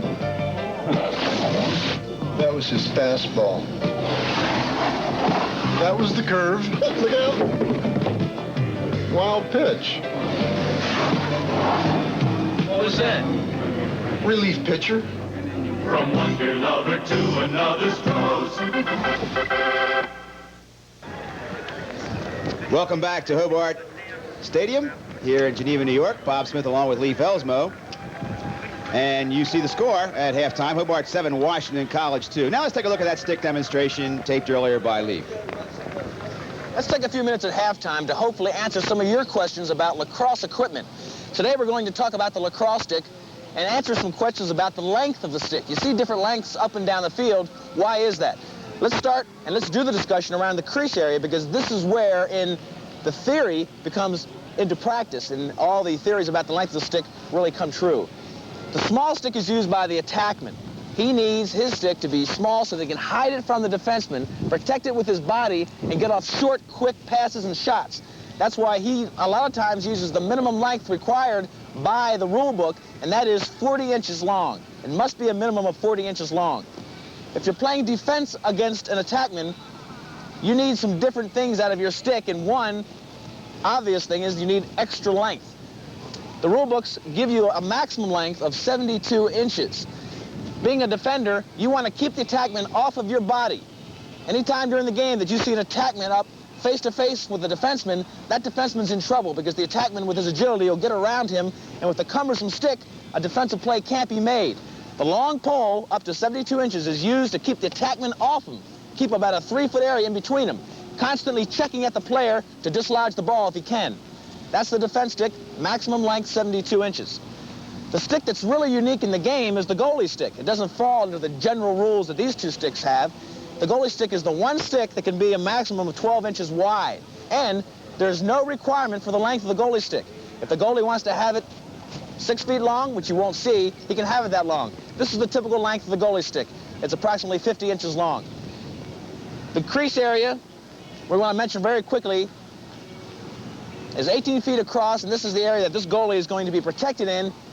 The defenseman can run through the crease if they don't have the ball, and if they do have the ball, just like an attackman, they are not allowed to come through the crease area. Anyway, hopefully the length of the sticks, that has answered some of your questions. Back to the second half. Beautiful day. Some of the beautiful white fluffy clouds you see there over Geneva, New York. Let's take a look at the stats at halftime. Of course, we know that the score is 7-2. Shots are pretty even, 21-19. Saves, of course, correspond a little bit heavier on Hobart because they're winning with the 7-2 score. Face-offs dead even. That's a surprise because Hobart, in the late going in the first half, started to dominate that area. Shooting percentage, and that may be the difference right there. 37%, nearly 40% for Hobart. Washington College, with that bad luck in the first half, especially the first quarter, couldn't dent the net. Kept hitting the pipe, hitting a defenseman, hitting a goalie. They're shooting only 10%. And, of course, 1 for 4, 25% effectiveness from the extra man situation for Hobart. 0 for 3 so far. If you add that to the first game, that's 0 for 10. Washington College against Hobart. They've got to score on extra man to win this game. We just learned from the NCAA that should Hobart go on to win this game, Dave York will be only the third coach of any team sport in NCAA history to win 5 straight championships. John Wooden of UCLA and Rod Godot of USC, the other two men. Wooden, of course, basketball coach at UCLA, and Rod Godot, the baseball coach at USC. Billy Bergman controls, and Hobart goes on offense to start the third quarter. Here comes Bergen. Bergen driving in. He can shoot from there, and the ball trickles out to the left side as it gets off Greg Baker's stick. Grimaldi knocked down and has the ball chopped away. Now Baker's out of the cage as he goes to double team, but he gets back in quite enough in time. Baker knocks down the pass. Quick outlet pass. Number 15, John Nostrin. Ooh! I saw that coming, and Bevel really was clocked. He gets up all right, though. Steve Bevel got knocked down, and he's blindsided. And that'll be could be a loose ball push. They don't call it. Ball rolling over to Eric Gehringswald. Gehringswald is pushed from the rear. That will be called. It'll be a loose ball push, and Washington College will gain possession. Now watch this clock cleaning right here. This is totally legal. Right there when the ball comes down, you can hit a man in the body to dislodge the ball if he has the ball in possession or if he was within 5 yards of the ball. Nice clean hit. The reason it was so intense was because he was looking behind him and to the side, didn't see the defenseman coming up to smack him down. Washington College sets up their clear. Hobart now back in the triangle ride. Just 3 men across to the top of the box. So far, this half started off like this first half ended, Bob. Everything a little scattered around. Both teams not handling the ball that well. Here comes Baker. I have to feel that the wind is a little bit of a factor, particularly if any passes over 15 yards. The wind is going to pick the ball up. As we see Baker trying to get over to Bevel. And once again, an errant pass. Ball trickling back towards the Hobart goal, but snared there nicely by Danny Whalen. I think another factor is that both these teams are pretty much finesse teams. You don't see a lot of size. Consequently, you're not going to see a lot of hitting. They hit when they have to, but they don't hit because they want to. Van Arsdale into Tommy Rosa, and then over to Mark Moore. Now they put it back behind, and Grimaldi was looking off the ball momentarily. He recovers, however. Gets checked once, twice. Steve Beville, a good check. Now Baker with the save and up with the pass. Tommy Gaines puts it down back behind. Now back to Walker Taylor. Taylor coming back out front. Has a good feed, but everybody back in the hole deeply for Hobart. As the wind kicks up, this is Washington's chance to go ahead and get back in the game. They need some real good shots to get on this Chuck Warren, number 2. Tough first half. Man comes clean, turns and shoots. Knocked down before it ever gets to the cage. Coming in and shooting, Rick Coate. Here comes Hobart. Long, sharp, clearing pass up to Tommy Rosa. Rosa rolling in. They've got a fast break set up. And Rosa couldn't make up his mind what he wanted to do with the ball. At the last minute, tried to flip it over to Tom Grimaldi. It goes out of bounds, and Washington College will get possession. And you're right, Leaf. It's sort of a I don't want it, you take it type thing so far. With 3 minutes gone in the third quarter. You caught that right, too. He came in. He had a good shot. He was winding up for the shot. And just before he released it to go for the goal, you saw the attackman coming around his teammate, coming around to his right. So he tried to dish it off to him for an easier shot. And he made it up. He made the eventual pass was not a pass or a good feed. Greg Baker brings it up very slowly. Once again, Hobart in the triangle ride. Give it off to John Kelly. Now over to Beville. And a push out of bounds, and the ball flipped out at the last moment. We'll see what the call is, whether it's a push or out of bounds. It will be out of bounds, and Hobart will go back on offense. Nice play by Mike Martin. He's a senior, the senior captain for Hobart. He rode the clearing man right to the sideline. Again, most of this Washington College team, not that big. They don't look for any hits. There's Coach Dave Urick. Real good play on that ride. He knows he can dominate this team riding-wise. And Martin came over and just pushed him out of bounds. Pushed him right out of bounds and got the ball back for his team. Shows the difference in team speed between Hobart and Washington College. It's apparent here, as we have 11 minutes and 49 seconds remaining in the third quarter, that Hobart has a lot better team speed than Washington College. A little bit better size, too. This isn't a big team for Hobart, but they're a little bit bigger than Washington. Long clearing pass over here to Scott Zadel. And Zadel gets it up to Tom Rosa. Rosa looks for an opening on the far side, gets it downfield quickly to Cal Harris. And now we got the matchup of Cal Harris for Hobart and number 42, Brian Irwin for Washington College. They feed it back out top. Scott Zadel can't handle, however. And the crowd is quieted down here quite a bit as they're waiting for a little bit of action. They're waiting for a spark. Hobart now cutting down into a 1-4-1, and they back out of that into a 2-3-1. Grimaldi with a big move behind, rolls back in, tries to find a double team. Quick feed inside, and a beautiful score by Mark Moore. As Grimaldi got what he wanted, he drew the double team. Flipped it off to Mark Moore, and Mark Moore has the 8th goal for Hobart. They lead 8-2 with 10:58 remaining here in the third quarter. Let's take a look at it again. This is what the Hobart team has been doing beautifully. You see Tom Grimaldi, the All-American, come in. He watched him draw the double team. The defense for Washington has to respect him coming in like that, so they freeze a little bit, and they leave their own man alone. And when they did that, Mark Moore became open. Grimaldi hit him with a little bit of a pass, bounce shot in. There you go, 8th goal for Hobart. There's another shot of it from the back. Again, Grimaldi drawing the slide, dishing off to Mark Moore, who's running on that third unit for Hobart. Actually, a partial double team by Greg Baker, the goalie, which left him completely out of position when the quick feed came into the crease. Washington likes to double team, and that's what's getting him in trouble against a team like Hobart, who can really move the ball through the air. Marty Wood, number 27 on the handle. Now Hobart driving in, another shot knocked down, picked up by Baker. Baker looks for a little bit of help. He's got it on the far side, near side of the field to Eric Gehringswall, and Eric's going to try to leg it across. He's forced back. And you can see Eric Gehringswall is 5'10", 175. Even the defensemen on Washington College aren't too big. They've got it cleared now. They'll put it back, point behind to Walker Taylor.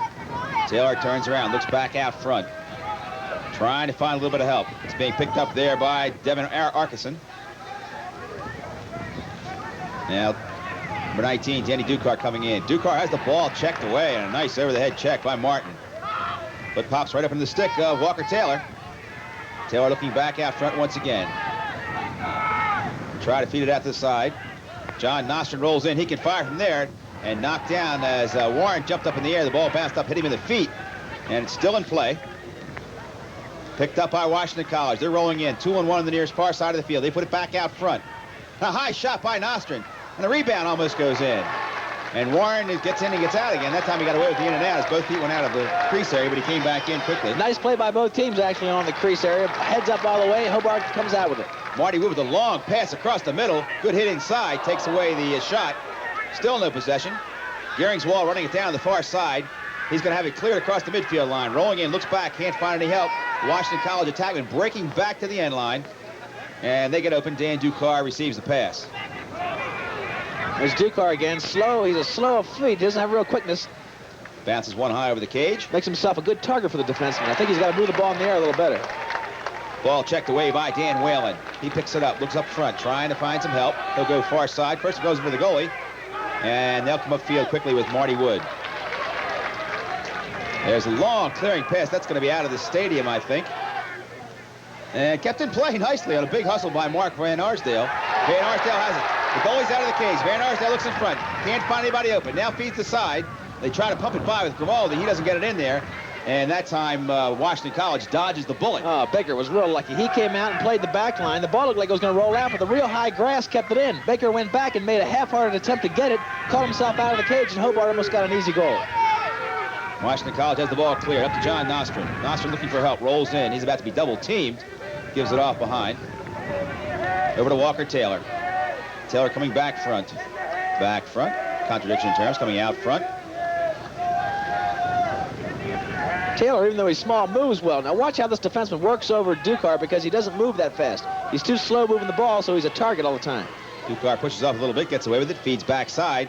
Nostrin fires high over top of the cage. Nostrin's not afraid to shoot. Oh, he's got a good shot, too. A good left-handed shot.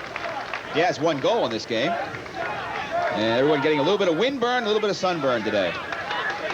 I like to see him take Dan Ducar, put him on the crease, have him pop out, and let Tommy Gaines work the backside.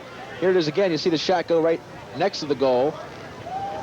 7:48 remaining here in the third quarter of the Division III Lacrosse Championships. Hobart leads Washington College 8-2. Man up in the middle, Billy Bergen. Bergen's going to dodge across the middle of the line. He's going to draw a double team and give it off back to the center again. Over to Pat O'Hara. O'Hara getting a lot of heat there from Steve Beville. Finds an opening in the middle. The open man is always usually behind you, Leaf, isn't he? He is, because that defense, you don't want him to be. You want him to be up front, but you got to turn around across the grain, against the grain, and get it behind your, or against the pressure that you're feeling in front. Quick move inside by John Holohan. Holohan tries to feed the crease. Knocked down. You can hear Hobart starting their chant again, the fans here. We're trying to tell what they're saying. I'm not sure. Do you want to just leave? I can't make it out. No, I don't think there's... Rolling back in, and once again knocked down by Baker as the game is sort of degenerated into a one-on-one show at this point. Washington does play. Washington has from the very beginning of the game played aggressive defense. They're double teaming. Of course, it got them in trouble early on, but now they're taking charge defensively. They just need to shoot some more. Ball checked away from Tommy Gaines. Today's official attendance, 3,763, and that's a full house here at Hobart College. Good move by the Hobart defenseman. Gets it off to Billy Bergen. And Bergen will hold the play up as he gives it off to Pat O'Hara, and they'll wait to get a long stick out and a short stick in. You know, Bob, into the game, this Hobart team, excuse me, this Hobart team, being Division III, as we go behind the goal to take a look at the offense, they play a great schedule. They play a Division I schedule. Play Syracuse, who's the best team in the country. They played them twice this year. Gave them a good game both times, I believe. They did. Less than six goal one game difference and a 5 goal the next. It's a foot race now. And a nice play as they rosy it off to Walker Taylor. As a matter of fact, last year, this team played North Carolina, who we saw earlier on Home Team Sports. Last Wednesday, played Virginia, and beat them soundly. Well, this Hobart team beat them last year. Eric Gehringswald clearing the ball length of the field that time and found help with Walker Taylor. Now back to Tommy Gaines. Gaines coming front, looking for help. No movement on the crease for Washington College. Leaf. They're standing still, and you're not going to get anybody open that way. Now, if I was coaching, as I said, I like Ducar being out in front of the crease, which he was, but then he didn't move to get the feed. Ducar puts a point behind. Back to Gaines. Gaines tries to feed a cutter. The ball gets through. He'll be backed up over there by number 24, Pat Onity.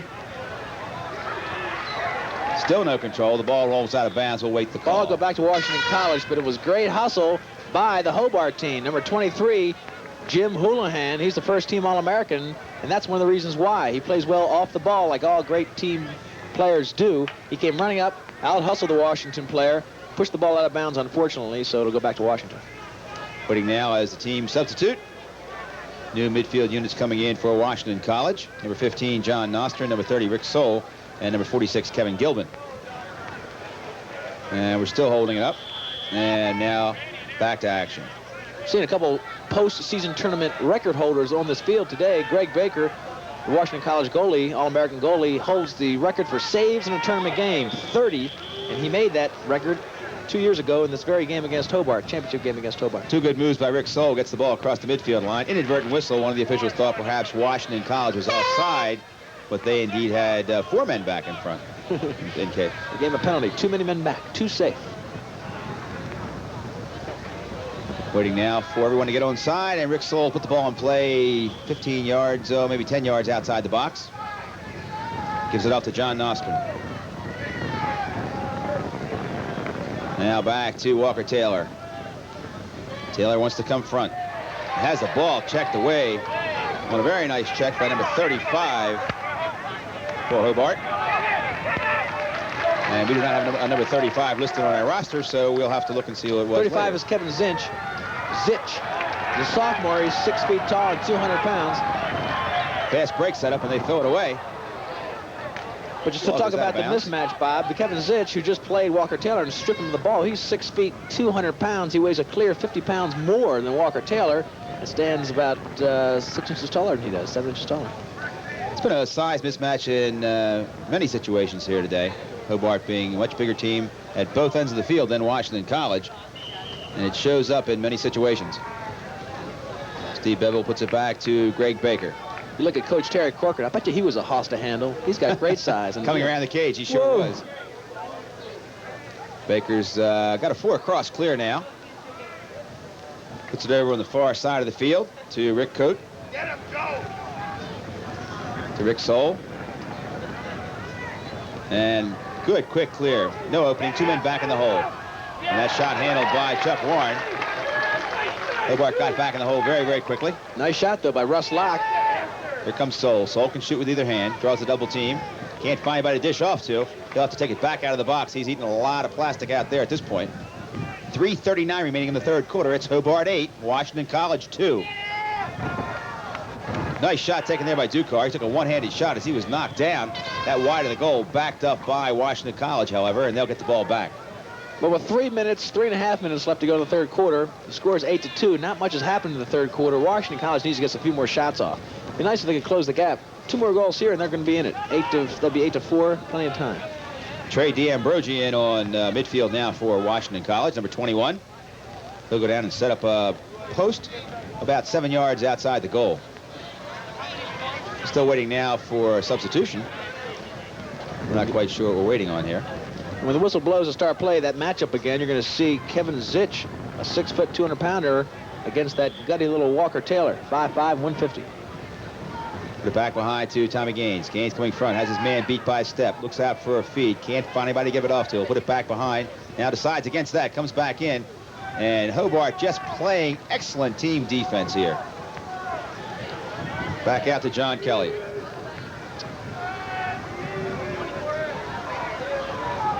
Here comes Soule. Soule driving in. Excuse me, that's number 31. That's John Kelly driving in. He shoots. Snared nicely by Chuck Warren. Here comes Hobart. Hobart rolling in. No fast break. Washington College back in the hole very nicely. Sean Fox bringing it up. They'll give it off quickly to Tommy Rosa. I was just going to say, Bob, with those break situations, if you're not familiar with lacrosse, they're actually very patterned. When the goalie makes a save, he'll yell break. The whole defense takes off on angles up the field, and he'll look for an outlet pass to get a fast break going and an easy clear. Hobart now setting up in a 2-2-2. Now they drop a man off the side. Ball going out of bounds. We'll go over to Washington College. But Washington College has not scored in this half. They trail 8-2. There's going to be a timeout called by Terry Corcoran, the coach of Washington College. He is trying to get some offense going. He's talking to his attackman, Tommy Gaines. And really, it's been a pattern situation with Washington College in offense. They go to the cage, can't find an opening, go back. They do that 2 or 3 times and lose the ball. A team that's limited like Washington College, if they have, again, their attack is the newest part of their team or the most revamped part of their team.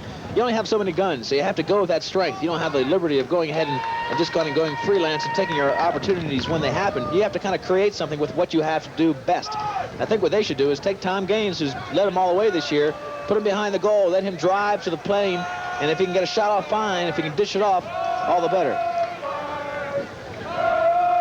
Let's remind our sports fans on Home Team Sports that Home Team Sports is Orioles baseball. Tuesday night at 10:30, live and exclusive from Oakland's Alameda Stadium, the Orioles begin their 3-day series with the Oakland Athletics. That's Tuesday night at 10:30, live. You'll see the best in home team baseball right here on Home Team Sports, the channel you cheer for. Waiting now for the teams to come back onto the field. Good look at Terry Corcoran. Let's see what he's cooked up here on offense for Washington College. What are they cheering, Leaf? We want what? I was trying to pick it out. It might be a favorite player of theirs or something. We're in a closed-in booth here, despite the beautiful weather, and probably just as well with the wind blowing like it is, so not everything comes through to us. As we see Baker bring it up. He gives it off to Soule. Soule's going to try to bring it across the midfield line. He does nicely. And no offsides, but Soule gives it off now to Walker Taylor. 2 men diving back like they were going to be offsides momentarily for Washington College. But Washington College stays on side. Now Walker Taylor coming out, draws a double team. They look in front. Now over to John Nostrin. Nostrin feeds a long pass, point behind, back to Gaines. Gaines coming back out. Hobart's doubling the ball. For some reason, looks like they're doubling the ball. They have plenty of time left in the quarter, 1 minute and 46 seconds. We're not sure what the reason is. We'll see what this violation is. They've got too many men on the field, that's why. 1, 2, 3, 4, 5, That makes 6, it very easy to double the ball. And you've got 7 guys down the other end. I thought it was some sort of new defensive strategy, but they put an extra man on the field as a mistake. Number 1. Here we are. We're sitting up in row 8, seat 6. If you had a ticket, this is what you'd see. And a real great game being played for the Hobart fans. They're ecstatic. There's still time for Washington College. They've got 16 minutes and 42 seconds remaining, but they've got to do something pretty quickly, and they've got to find a way to get through this Hobart defense. Well, now they're 0 for 10. The last 10 times they've tried an extra man play against the Hobart team. They've got to score here. This is when you're having man advantage, and this is when you should be able to score at least, say, 40% of the times you try. Now, Washington College setting in a wide circle with 1 man down in the crease. Now they cut down 2 men. Quick feed inside, and the feed not handled. It was kind of a bullet. It rolls in the goal, however, off of one of the defensemen, we believe, and Washington College scores. They'll take a score any way they can. The crowd doesn't like that, Bob. They want to see a rout. But thank goodness for Washington College, and Terry Corcoran's got his team where he wants him. Right here, Gaines comes in on the side. When the extra man play, it's batted down. A little bit of a garbage goal in the crease there. They shuffle it back and forth. But that, even though they are sort of owed a goal from the first half, but that's the kind of pressure they should put against this Hobart team. Tommy Gaines will get credit for the goal. He was the man closest to the ball. And look at that lovely young lady. Bob, let's not talk about you and the young ladies. That lady's too young now. Will you cut it out? That was a pretty little girl. All right, the goal we've been informed is given to Tom Gaines. That confirms what Bob guessed. It wasn't a guess, Leaf. That was knowledge. That was man closest to the cage when the ball's knocked in. We've got 1 minute and 23 seconds remaining here, and Washington College trails Hobart 8-3, and Hobart will gain possession here. Waiting now for everyone to get set up. The dead time you see is usually a horn blown to get long sticks in, long sticks off. And now Hobart clears the ball nicely. Quickly up to Scott Zadel. Zadel with a good move tries to get clear. He's coming up against Steve Beville. Nice check. Beville's played very, very well today. He's been up and down the field. He's cleared the ball by himself a couple of times. He's played very good man-for-man defense. Good move there by Danny Whalen. Still in possession. Now Washington College comes up with the ball. They've got 1 minute exactly to do something on offense. Another good hit coming up. You can see these coming from our position very, very well. Another good hit. And possession now gained by Tom Grimaldi. Grimaldi throws it back to his defense. They'll reload the clear. I can tell you right now, Bob, that those hits are taking the smaller Washington College team out of their game. They know they're coming. They're hearing footsteps. Scott Zadel mishandles, but they get it back quickly. Back into Joe Regan. Regan gives it off to Scott Zadel. Now back to Joe Regan. 30 seconds left in the third quarter. It's Hobart 8, Washington College 3, and Hobart on offense. Goal time is what they're cheering. Goal time, goal time. Feed back out, not handled. Kind of a weak feed by Grimaldi. Washington College has to get the ball field quickly. They've got 12 seconds. It doesn't look like it's going to happen. Down to 5 seconds. They throw it back in towards the cage. And Hobart will just clear the ball field kind of lazily. That is the end of the third quarter. And Hobart maintains its dominance. They lead 8-3. We have 1 quarter to go. Stay tuned. We'll be back in just a moment.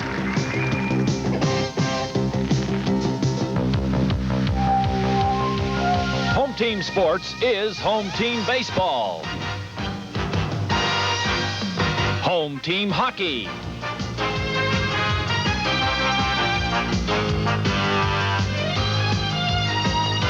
Home Team Basketball. And more professional, collegiate, and scholastic sports. Home Team Sports, the channel you cheer for.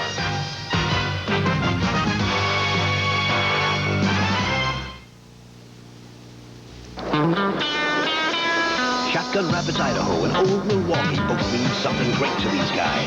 The shotgun means white water at its best. And Old Milwaukee means a great beer. Cold, crisp, Old Milwaukee beer. And smooth, golden Old Milwaukee Light. And Old Milwaukee. And Old Milwaukee Light. Taste as great as their name. You know, guys, it doesn't get any better than this. Welcome back to Hobart. We've got 1 quarter to go. Hobart versus Washington College. As you can see, it's been Hobart all the way, 8-3. They scored 4 goals in the first quarter, and 3 goals in the second quarter, 1 goal in the third quarter, and that has been enough to take a commanding lead over Washington College. Washington College now with a fast break. They feed it in quickly to Gaines. Gaines gets a lot of heat, though. It has to pull back out, and effectively that kills the fast break. Washington College traded goals in the third quarter with Hobart, but they don't need to do that. They've got to pick up some ground here. Saved by one of the defensemen on a quick move by Walker Taylor. Billy Bergen trying to pick it up. He's got it. They'll take it back in the corner. A little collision in front of the crease knocks down 2 players, but they both get up all right. That's that Walker Taylor. He's in there throwing that body around. I don't know if anybody notices. Here comes Hobart. They've got a break coming in. Quick feed backside gets by as Mark Van Arsdale can't handle. But possession will go back over to Hobart as it was touched by one of the defenders for Washington College. There's Coach Dave Urick, coach of Hobart. What a tremendous record he has. 4 years straight champions, 9 championships in the 7 championships in the last 10 years. Here comes Hobart. Van Arsdale bringing it in. Puts a point behind to Grimaldi. Grimaldi looking back out front. Tries to feed a cutter. It's Regan. And a great save inside there by Greg Baker. Washington College finally comes up with it. They're looking for some help. The attack now back in the corner. Here's Soul. Soul rolling in. It's got a man open in front of the cage. And they wait too long to shoot. Tommy Gaines should have shot a little earlier. He allowed the goalie to get set up and just read him all the way across. And a good save there by Chuck Warren. Well, that's absolutely right. When Tommy Gaines gets the ball, or anybody gets it on top of the crease, at that very moment, you've got the goalie moving his feet, and he's trying to get reoriented to the ball. Now, when Tom Gaines holds on to the ball and comes toward the wing, the goalie has a chance to set himself and get ready for the shot. It's much easier to score in a misdirection than it is to score a set play. Now, watch, right now, the goalie has a chance to read it. There's a nice shot off stick side, and it might have gone had the goalie not gotten his fisted glove on it. Here comes Washington College. They reload. They're trying to get back in this game. They trail 8-3. There's still time left. 13:41 remaining in the ball game. Here comes Soule. Soule looking back inside. They're trying to find a man open on the crease. Ball goes back, point behind. Back down inside, over to Nostrin. Nostrin can shoot. He's got one of the hardest shots on the team. Now Hobart putting a lot of pressure on. They're playing him all over the field as Rick Coates getting a lot of heat. He's looking for help. He can go point behind. A man open back there. That's Tommy Gaines. Gaines trying to draw the double team. Wants to roll back. Changes hands. They put it back out front. Great over the head check. Washington College has to get more shots off.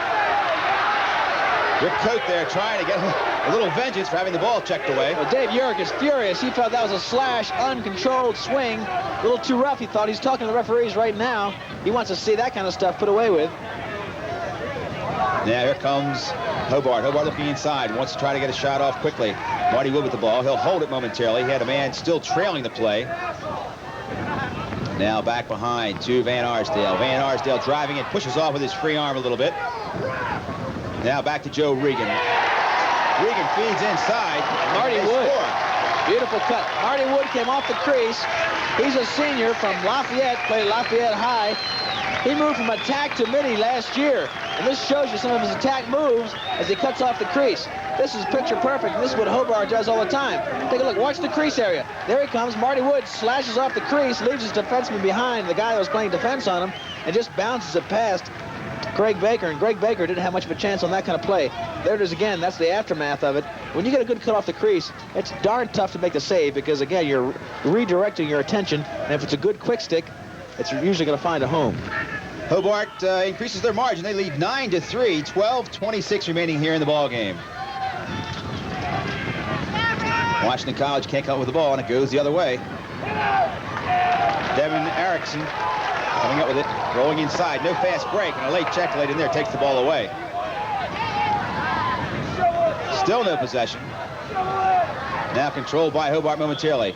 Now, we'll have a moving pick, I believe. I'm going to have to wait to see what the call is coming up. Could be a slash. Let's see. It'll be a slash. Well, people who like lacrosse, and all of our home team sports fans, we sure do like lacrosse, will want to watch tomorrow. We've got one of the best games of the year, North Carolina and Hopkins, a rematch. The game a little strange the first time, 4-3, and that was due to some sensational play by both the goalies, Larry Quinn and Tim Mealy. But it will be a great game tomorrow, the semifinal of Division I. As we watched a little bit of replay of the action that we just saw, the slashing penalty, no question about it. North Carolina plays Hopkins, and that matchup is probably the best matchup over the last 5 years of any two teams in the game of lacrosse. Now out to Van Arsdale. Van Arsdale pulled out from behind the cage where he normally is, sets up on this extra man. Now he cuts back down inside. Hobart extra. He'll be extra for a full minute. Bergen rolls in, unmolested, and cranks one in for the 10th goal for Hobart. And Washington College looked like they were frozen in their tracks. Well, little Bergen, I tell you, he loved it. His eyes got big as dollars because what you do in that situation is the crowd goes wild, loving Bergen's second goal of the game for him. He comes right down the middle. Nobody slides out for him. What he was waiting for, he was anticipating a defenseman sliding into him, then he would dish it off. He doesn't get it. Now watch, the ball come out to Bergen. He kind of goes in a little bit. Nobody picks him up. He expects to be picked up. Nobody's there. So he's confused for a second, but then he comes in and says, hey, I'm going to shoot this thing. Boom, cranks up as far as he can, goes in all the way till he's picked up, and just puts a bullet over top of Greg Baker, who's having a heck of a time here, taking a lot of shots in the second half. No goalie deserves that. And with that, Terry Corcoran calls his second time out of this half. And I'm sure he wants to put a little fire into his team. They look flat. Those kind of mistakes you don't like to see any time, any game. I mean, man down situation, you've got to go out and pick up the man on the crease. Home Team Sports is Home Team Baseball. Wednesday afternoon at 3 p.m., live and exclusive from Oakland's Alameda Stadium. The Orioles meet the Oakland A's in day 2 of their 3-game series. That's Wednesday afternoon at 3 p.m. You'll see the best in Home Team Baseball right here on Home Team Sports, the channel you cheer for. Terry Corcoran has spoken to his team. We'll see if they're fired up a little more than they have been since actually almost the beginning of the half. They came out kind of flat beginning of the third quarter, and they have remained so except for a few brief flurries, and they now trail Hobart 10-3, 11 minutes and 43 seconds remaining here in the Division III championship game. Real good balance on the Hobart team. They've got 7 different players scoring on 10 goals. Dave York, we heard through our ground level mic, was not totally satisfied with his team. In fact, despite the fact they're leading 10-3, he wants them to work more of a pattern offense and a little less one-on-one. But of course, I guess he's really got to be satisfied. You cannot be displeased when you're leading 10-3 in a championship game. That's right. And don't forget, this is the 5th in a row. It's some sort of, a record that anybody would be proud of. They all want the first championship. We all know it's tough to win a championship, but it's tougher to repeat. Is the axiom in all sports, and he's repeated 4 times. As we mentioned earlier, if Hobart would win, Dave York would be only the 3rd coach in NCAA history to win 5 straight championships in any team sport. John Wooden, the UCLA basketball coach, was one. Rod Godot, the USC baseball coach, being the other. Now, once again, Washington College having trouble clearing the ball, and Hobart's coming the other way. They've got a man open down inside, Regan, but Regan is going to not get the pass as Washington College draws good defense. Now a low bouncer taken in as man sneaking inside for Hobart, number 40, Glenn Vivian. And once again, Hobart reloads. Washington College standing back on their heels playing defense. They've got to get a little more up on their toes. They've got to press a little more. They're trailing in this game 10-3. Goal time cheer. You can hear it in the background. Sounds like the Cadets. Here comes Regan. Regan rolling in, turns and tries to feed backside. We'll call it a feed. We'll see what the referees do. They call it a shot, and Hobart will maintain possession. Kind of thought that was a feed myself, didn't you, Leaf? Over to Cal Harris, backside. Looked like a feed. Of course, you don't want to second-guess the referee's judgment. They can't hear us, can they? That's right. He was dead wrong. 10 minutes and 13 seconds remaining in the game. Take another look at it, and we'll see. Well, I think I had a good excuse for being a shot. Yeah, I think it was a shot. Bob, I think you're wrong. All right. That's the only time today, I think. Cal Harris coming back out front as the ball checked away. Another good move by Steve Beville. Picked up by Grimaldi. Grimaldi tries to feed the open man standing over there, Joe Regan. Regan's going to retrieve it. Hobart all over the ground ball here in the 4th quarter, and they are just outrunning Washington College. And a takedown there, the ball checked away, and once again, Hobart comes up with it. They feed inside. Grimaldi knocked down. He's in the crease, and I'm sure that'll draw a technical foul. Possession goes over to Hobart as they say Grimaldi was knocked into the crease. And that's a call you very seldom see. Usually if he goes in the crease, it doesn't matter who provided the impetus. It's going to be called in the crease. Well, once again, we'll get a chance to see it here and make our own minds. There's the player 22 coming in and driving the Hobart man right into the crease area.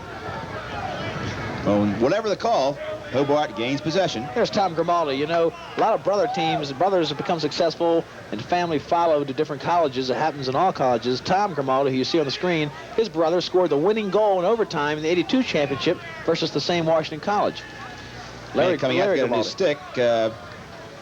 He's listed as number 22. We do not have a number 22 on our roster. That's once number again. 12, Rob Locke. I have the change here. So Rob Locke bent his pole on that push into the crease. He'll be going back up against Grimaldi. Grimaldi tried to feed inside, feed a little high, not handled. And here comes Rick Soule. Soule with a low bouncer. Still no possession. That'll be a loose ball push going against Pat O'Hara. And possession will go over to Washington College. And Washington College needs any break they can get right now with 9:27 remaining in this game. They trail Hobart 10-3. O'Hara came up and it was a little bit too much on the backside of the player as he pushed him. Had he got it around the side, it would have been legal because he was within 5 yards of the ball. Here comes Washington College. Here comes Rick Soule. Soule driving in. He can shoot with either hand. Prefers his right, however. He'll come back. Comes clear. Has the ball checked away at the last minute. And a good check laid in there. Here comes Sean Fox. Fox loses it. Washington College hustling.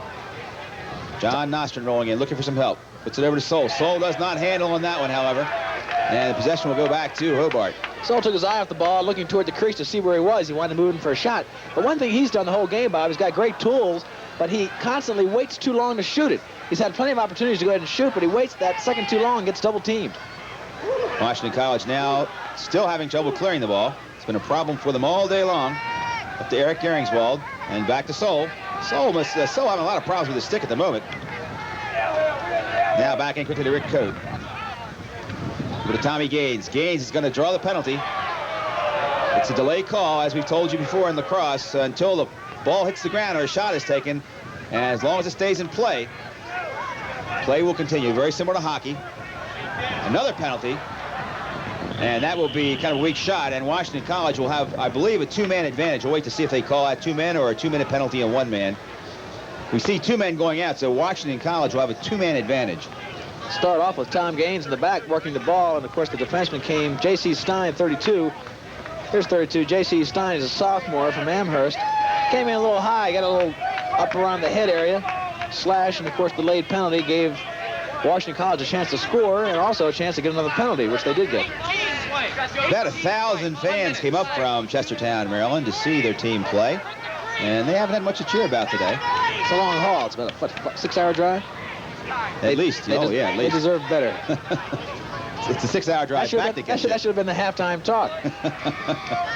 Waiting to see now. There seems to be a problem with who's going to be in the box and who isn't. But whatever the call, Washington College will be extra. 1 minute, 2 men. Over to Soule. Soule over to Walker Taylor. They'll tighten it up in a minute as they pass the ball around once. Back out to Ducar. They're at a 2-3-1. Back across to Taylor. Now Taylor cuts down inside of the crease. They look for the quick cut. They look for the backside feed. Here's Soule. Soule roll dodges once. Has the ball checked away. Still no possession. Washington College will get it back. And good hustle by Tommy Gaines. Coming our way, John Nostrom. Nostrom looking out front. Can't find it. Tries to feed the crease. The ball pops high in the air off a defenseman's stick. And knocked out. Comes up in the stick of Dan Ducar. Now back behind to Tommy Gaines. They've got to draw some pressure. Ducar can shoot from there. They put it back out front again. Soule turns and shoots, and it's knocked down by Warren. They refeed, reload back behind. Gaines puts it back out front again. Soule feeds it to the side. The shot off the pipe. John Nostrom with a cranker. Hits the pipe. Recovered by Warren. And Washington College. Now Washington College recovers the loose ball. Here comes Ducar. He shoots and scores. A lot of work for that goal. I tell you, no kidding. They deserve a goal. They deserve about 3 goals. But what great defense Hobart's playing. Keeping them out of the goal area. Time and time again, Washington College is playing heads up, getting shot and shot. They must have had 7 shots at that time. Finally dead of the nets on somewhat of a broken play. 7 minutes, 11 seconds remaining in the 4th quarter. We'll see the whole series coming up. Here we go. The ball comes in. You'll see shot. There's the first shot off the pipe and then off Chuck Warren, the goalie. Now, this is the 3rd shot they took in this series. Chuck Warren has the ball, feeds off to his defenseman, knocked down by Tommy Gaines, who comes around, tries to shovel it in. Now the ball's pushed out front, and that's where Ducar picks it up, comes in, smacks it off of a defenseman. A 38 actually should get credit, Gordy Sweely. But that's a goal, makes it 10-4. Might be too little too late. 7 minutes remaining here in the 4th quarter. It's Hobart 10, Washington College 4. We have a hold call coming up, and possession will go over to Hobart. Change of possession only. Washington College needs a whole lot real quick here. See Billy Bergen there, the only blue pants man on the field. Still haven't figured that out unless it's some symbol of something. Bergen's going to have the long run all the way over to the sideline. The wind has been a factor here, and particularly in clearing the ball, the long passes, and also if you've noticed some of your picture wobbling slightly, it's our camera positions, 2 of them in fact, 15 feet up in the air on pedestals, and they're blowing around.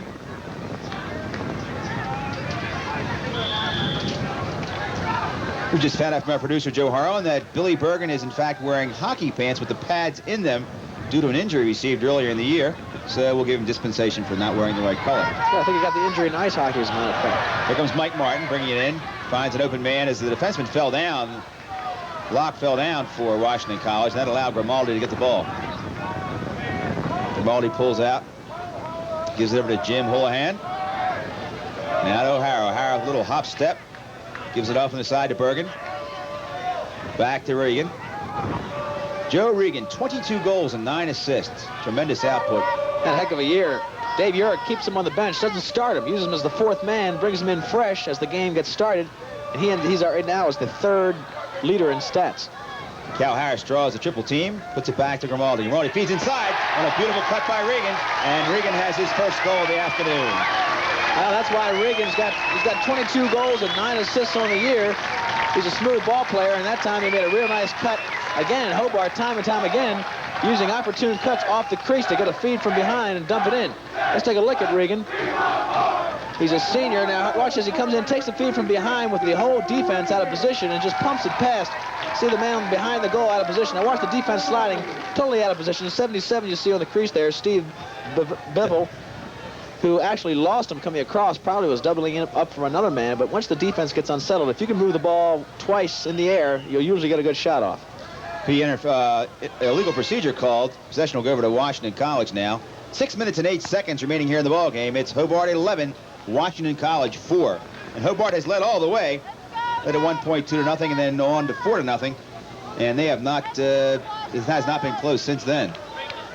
Both these teams, again, they're a lot alike because the coach of one played for the other, but it's refreshing, Bob, to see 3 midfielders run for each team. Not a lot of long sticks defense, and a lot of action, a lot of good transition. Shot by John Nostrin, and John Nostrin has his second goal of the day. He has a super shot. He's taken about 4 or 5 shots, and 2 of them have gone in the cage, and Washington College returns, and they only trail by 6, 5:59 remaining. Probably too much right now for Washington College. Washington Ostrom, as you mentioned, he has a real good shot. A little bit screened there by the goalie. Chuck Warren couldn't see it. See all the congestion on the crease in front of him. Watch again. He rolls back for his left hand. He just cranks it behind all this congestion, which screens the goalie, and it puts it right into the pipe. Real nice shot. No control on the face-off yet. The ball's still rolling loose. Picked up by Washington College. Coming back in now, John Nostrin. Nostrin with a good move. Comes left. He can crank from any place. They try to feed the side. Soul does not get to the ball. It's not going to go out of bounds, however, on the long grass. Stays in play. 2 Hobart men fighting over it. Finally picked up by Dan Whalen. Quick outlet pass to Scott Zadel. I think the depth of the Hobart team is really showing now, Bob. The Washington, if you watch the Washington players, they look a little tired. Soul in particular down there. Ricky Soul used a lot in the first half, and I think it's taking its toll right now. Devin Arkeson with the ball. He gets it up to the near side and quickly up to Scott Zadel. Zadel's got clear sailing to the midfield line and an open man in front of him. Right up to Tommy Rosa. Rosa rolling in, does not have anybody cutting to the crease, so he'll put it back behind the goal. Cal Harris looking out front, coming hard front. He'll shoot from there. Instead tries to give it off on the side. Check late in at the last minute, makes the pass go awry. Still backed up nicely over there by Scott Zadel. Baker out of the goal. Baker has been out of the goal a number of times, and it cost him a goal once earlier in the game. But he has a chance to get back in this time. He wanted to go again. Quick feed inside. A nice save by Baker. Super save by Baker. On a shot there by Mark Moore. But Hobart maintains possession. They're keeping the pressure on. Shot wide of the cage. That'll be backed up very nicely by Greg Baker. We've got 4 minutes and 29 seconds remaining here in the ball game. It's Hobart 11, Washington College 5.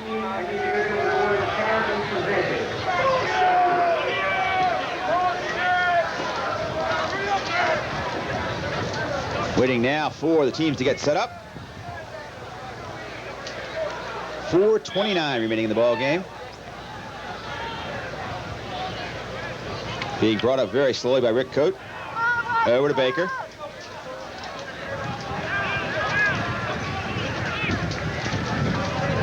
And Washington College trapped on the sideline. Now they get it up clear up to Russ Locke. He's looking for a little bit of help.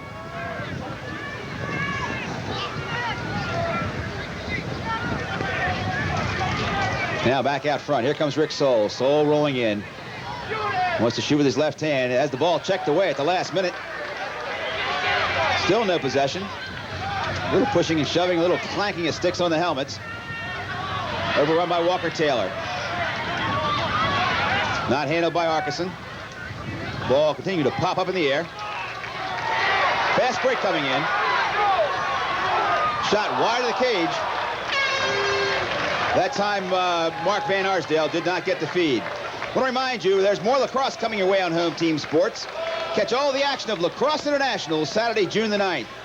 First, you'll see Team USA versus Johns Hopkins live at 6 o'clock. Then the U.S. College All-Stars battle it out at 8:30. Live and exclusive from Johns Hopkins University in Baltimore.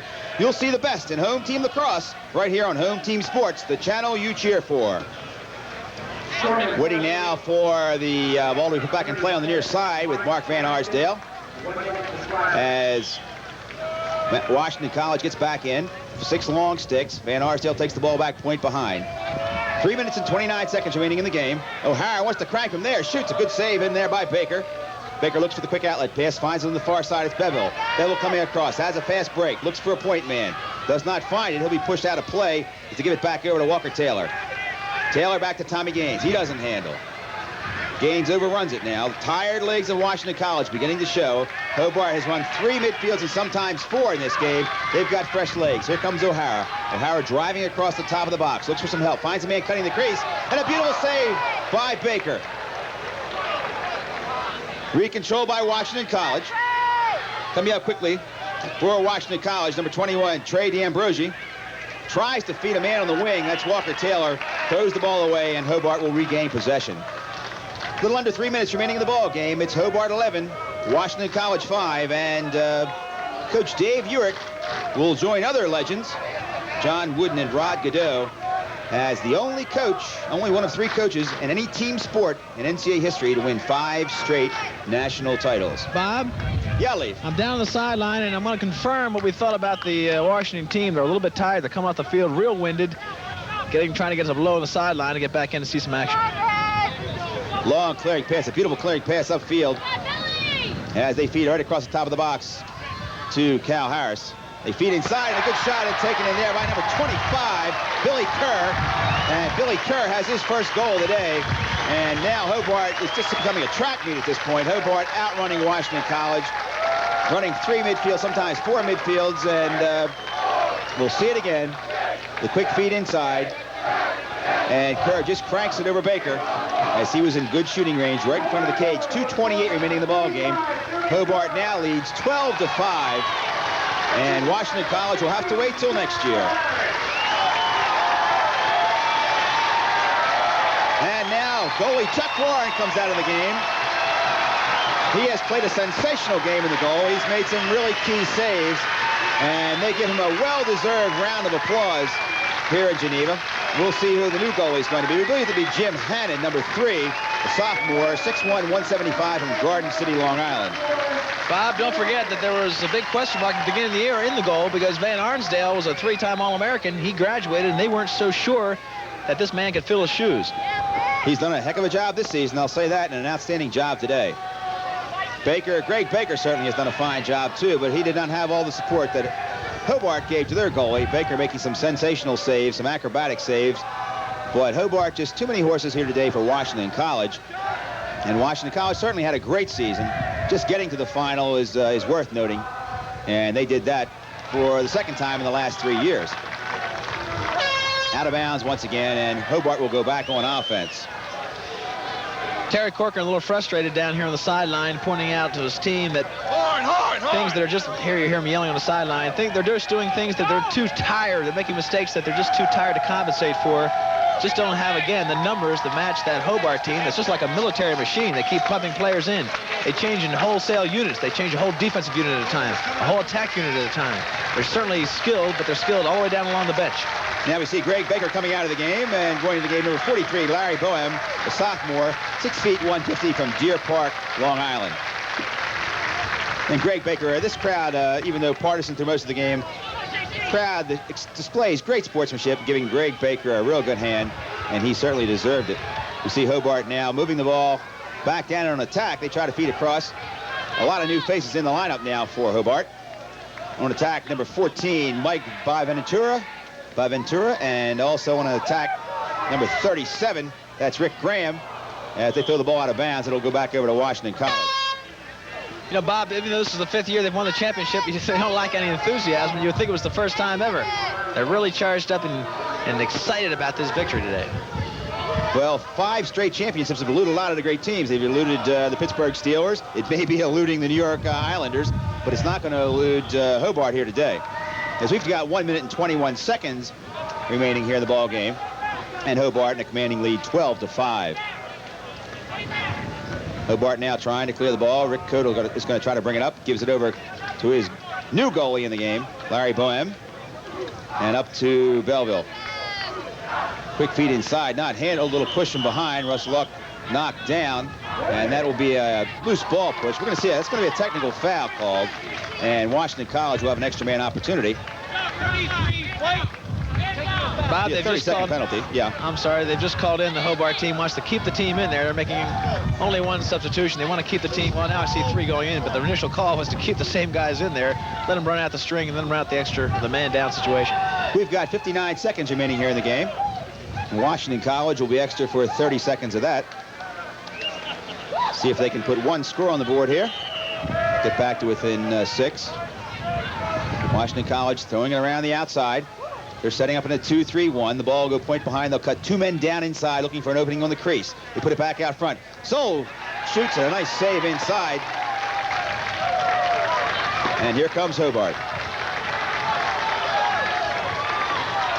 They've got a fast break going, and the pass missing the side goes out of bounds, and Washington College will get possession again.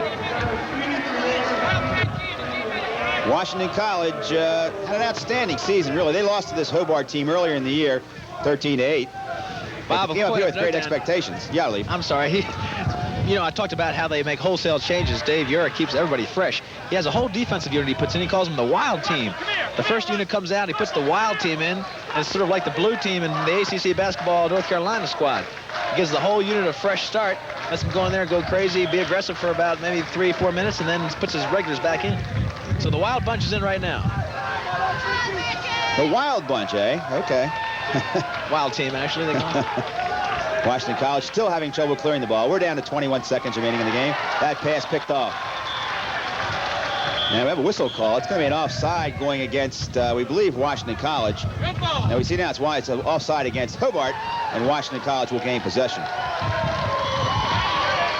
Fans still cheering here, Lally, as time counts down. We're inside 20 seconds. Got a close look at Bergen's pants, Bob. They're just like you talked about, pads on the front of the thighs. Long feet across the Soule. Soule tries his left hand, has the ball poked away. You'll hear the countdown.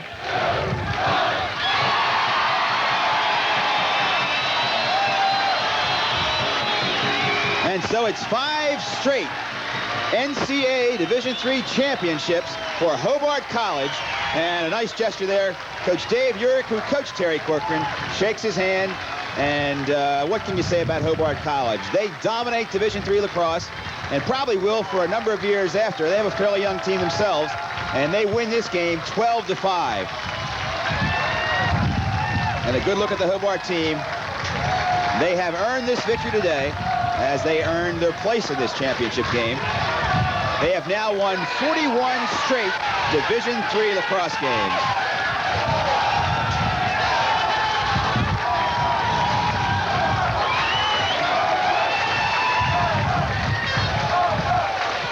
You can see it on the cameras right there. They're pretty proud of it. Number 5, holding it up. Each one becomes tougher. We talked about winning a championship before. It's tough to win a championship. It's even tougher to repeat. Stay tuned. We'll be back with a post-game show in just a minute.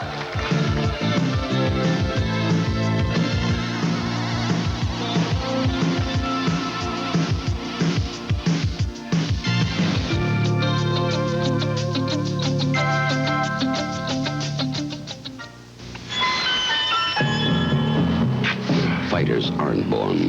They're made the hard way. By facing adversity head-on and not backing down.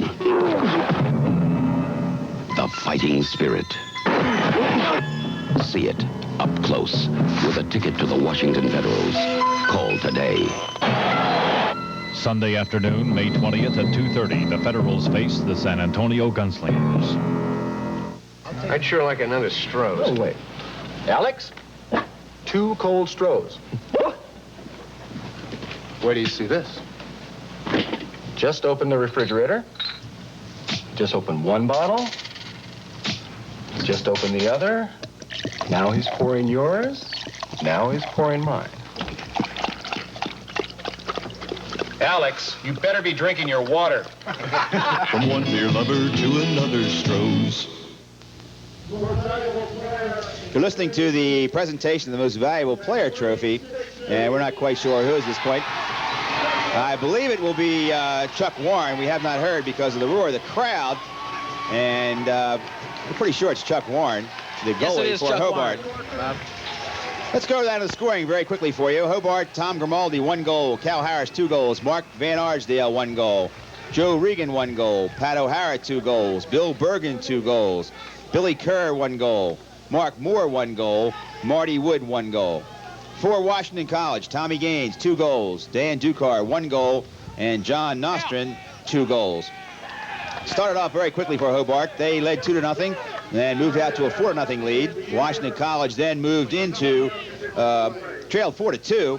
Hobart then went out to sprint out to an 8-4 lead, and they went on to win this game 12-5 for their 5th straight NCAA Division III championship game.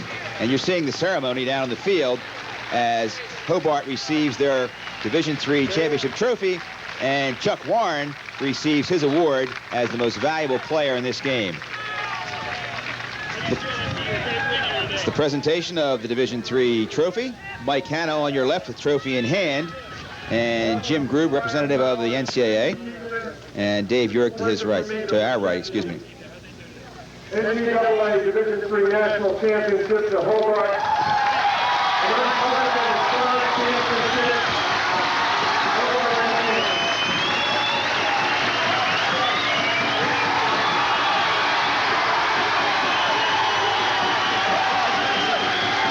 A lot of joy here in Geneva tonight. As you can see, the very, very attractive NCAA Division III championship trophy. Now let's go down the field to Lee Felsmo. Thanks, Bob. We've got the MVP of the game, a guy that's pretty excited, not only because you won the number 5, the big one, but you probably had the game of your life today, didn't you? Can I say, I didn't expect to play this well, and I can't believe it. It's probably one of the happiest moments of my life right now. Chucky Warren, at the beginning of the season, you graduated, the team graduated, one of the best goalies that Hobart's ever had in Van Arsdale. You had to be a little apprehensive about if you could fill those shoes, and there'd be a lot of expectations on you to fill shoes that were maybe bigger than you could fill. A great year and a great way to end it. Well, guy made it easy for me because he took a lot of the pressure off me. He just told me to relax and play the best I can, and coach had all the confidence in me, and things just worked out well. I can't. Guys, assistant coaching right now, helping you out? Oh, that's all he does. Helps me out, Jimmy and Al. And you know, we practice every day, and everything just came into shape today. What can I say? Great win for you. Thank you very much, Chuck. Let's get the coach in here. Dave Urich, I got to congratulate you. Something that very few people have done in any sport team, professional, amateur, anywhere down the line. We know that there's only 3 coaches in the NCAA that have done that. Chuck Wooden, or John Wooden being one of them. Dave Urich gets that fine company. Number 5, what's it mean to you? Well, it means a lot. Every team is different. Every team has their own character, and this one had some rough spots in the middle of the season. A lot of people maybe wondering whether this team was as good as some of our Hobart teams in the past, and I felt all along that it was, and I think today they might have done a few things to prove it. I thought we played excellent defense, outstanding defense, starting with the goalkeeper, and I'm convinced that Greg Baker is the best goalie in Division III, maybe one of the better goalies in the country, but I don't think Chuck Warren is too far behind him. That might have been the biggest surprise today, the fact that Washington College, you really expected to give you a pretty good run. What do you think changed the complexion of the game in the first half? You seem to have things under control. I think defense, probably. If you had to point to one thing and single it out, I thought our kids played outstanding defense. And again, that starts from the goal out. You know, they had as equal a stopper, but I think we just able to put too much pressure on them. You know, after a while, they just, you know, the pressure's going to take its toll after a while, and it did today.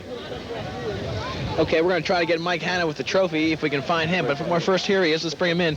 Mike, congratulations to you. You've got to be happy being the athletic director of this fine institution. 5 straight. Not too many people do that. And we can show our home team sports fans. This is the trophy fans right here. This is it, folks. This is Division III championship. Hobart's done it, number 5 all the way through. Any special meaning for you, Mike? Just being happy for this guy and the kids. It's a great thing for this whole institution and all of our alumni and people out there watching us. Now, you were at Princeton for years. You must have had a lot of admiration for Dave Urich looking from afar. And I started admiring him when he and I butted heads and played against each other in college, and being with him is a dream come true for me.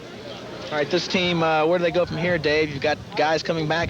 What can you do if you win 5 straight? Go for 10? We talked about it yesterday. The seniors are leaving, and I never thought that we'd be able to carry on if Mark D'Arcangelo graduated, and we did. I never thought we'd carry on when Mark Guy Van Arsdale graduated. Those are great players, but there's always some good ones in the wings, and I'm sure we'll be a team that has to be reckoned with down the road. We got some seniors that we're going to miss for sure, but the tradition is here. There's a foundation here, and we got assistant coaches that really carry the bacon for us, and they're the ones I think that deserve a lot of the credit. They're not in front of the microphone right now, they're not in front of the camera, but they're the ones, particularly B.J. O'Hara. He keeps this whole ship together. Usually on a team that has this much success, it does go a little deeper than the front line, and of course you're giving a tribute to that right now. Oh, amen. There's no doubt about it. The gentleman standing right next to you is a big part of it. You just don't do these types of things by accident. A lot of things have to come together. No stats? Good luck for Hobart Lacrosse. We've enjoyed watching a great team, and all our fans at home wish you the best of luck. We're going to go back to Bob for the final stats. Thank you. Thanks. Well, as we mentioned earlier, the scoring came mostly from the attack here at Hobart, although Pat O'Hara and Bill Bergen each had 2 goals. And it was the kind of victory we would expect the Hobart team to have. They outran their opposition. They had 4 midfields on the field, and they were just about the best team you'll see in college lacrosse, with the possible exception of a couple of Division I schools. So for Lee Felsmo, this has been Bob Smith from Geneva, New York. Once again, the final score, Hobart 12, Washington College 5. Your executive producer has been Rob Gettinger. Your producer is Joe Harlan. And your director is Dar Silver. Have a good afternoon, everybody.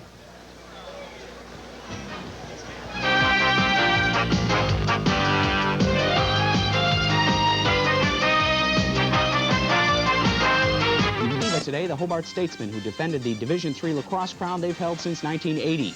A highly regarded Washington College team proved little match as the Statesmen rolled to a 4-0 first quarter lead on the goal by West Jenny grad Bill Bergen. Washington College got on the boards with a pair of second quarter goals, including this one, John Nostrand on the pass from Rick Cody of Manlius, but they didn't hold the momentum too long. The Statesmen got a fast break. Tom Grimaldi hitting Cal Harris right in front of the net for the goal. Grimaldi with 5 assists on the afternoon, according native. Hobart continued to dominate. Pat O'Hara, the transfer from SU out of West Jenny, slams one in past Washington goalie Greg Baker. In the fourth quarter, Joe Reagan, the senior out of Cortland, adds a goal from in front. Hobart wins it 12-5. Statesman goalie Chuck Warren with 26 saves to grab MVP honors on the way to championship number 5. We wanted to prove that we were just as good as past teams, and this is our way of proving that we deserve 5. Did you prove it? Yes, I think so. We've had some championship games where maybe we haven't played as well, but we've won because we were awfully persistent. Today we were just as persistent, but we combined it with, I thought, good execution. We prepared for everything, you know. We knew that they had a real tough goal and a real tough defense, so we worked on a few things to counter that, and, you know, we were just totally prepared to play the game. Only 2 other college teams ever won 5 straight NCAA titles, the USC baseball teams that featured the likes of Fred Lynn and the UCLA basketball squads of Coach John Wooden. High school action today, Cicero, North Syracuse. The king of Division III lacrosse, Hobart, crushed Washington College 12-5 in Geneva to capture the Division III crown. The big story in this one was goaltending. Chuck Warren, 26 saves. He was the game MVP. John Nostrand scored here for Washington College to make it 4-2 in favor of Hobart. It never got closer than that. Prettiest goal, watch it in slow motion. Cal Harris tipping it home, and what a pretty goal that was. West Jenny's Bill Bergen with 2 goals. Same with Pat O'Hara, who makes it 7-2, and that's the way it stood at the half. Pretty feed from Grimaldi to Mark Moore. That's a 12-5 victory over Washington College in the NCAA Division III Lacrosse Championship. And the game was played at Boswell Field in Geneva, where former West Jenny Wildcat Pat O'Hara put Hobart in front at the 2:43 mark of the first. 19 seconds later, Tom Grimaldi, who finished the day with this goal and 5 assists, put the Statesmen on top by 2, and the table was set. Hobart's Cal Harris had a pair of goals as this one helped the champs to a 5-goal, 7-2 lead at the half. After 3 periods, it was an 8-3 game. Bill Bergen, also out of West Jenny, got this unassisted score to make it 10-3. The final would be 12-5. The most valuable player was goalie Chuck Warren, who recorded 26 saves, and Hobart becomes only the 3rd school to record 5 straight NCAA championships in a team sport.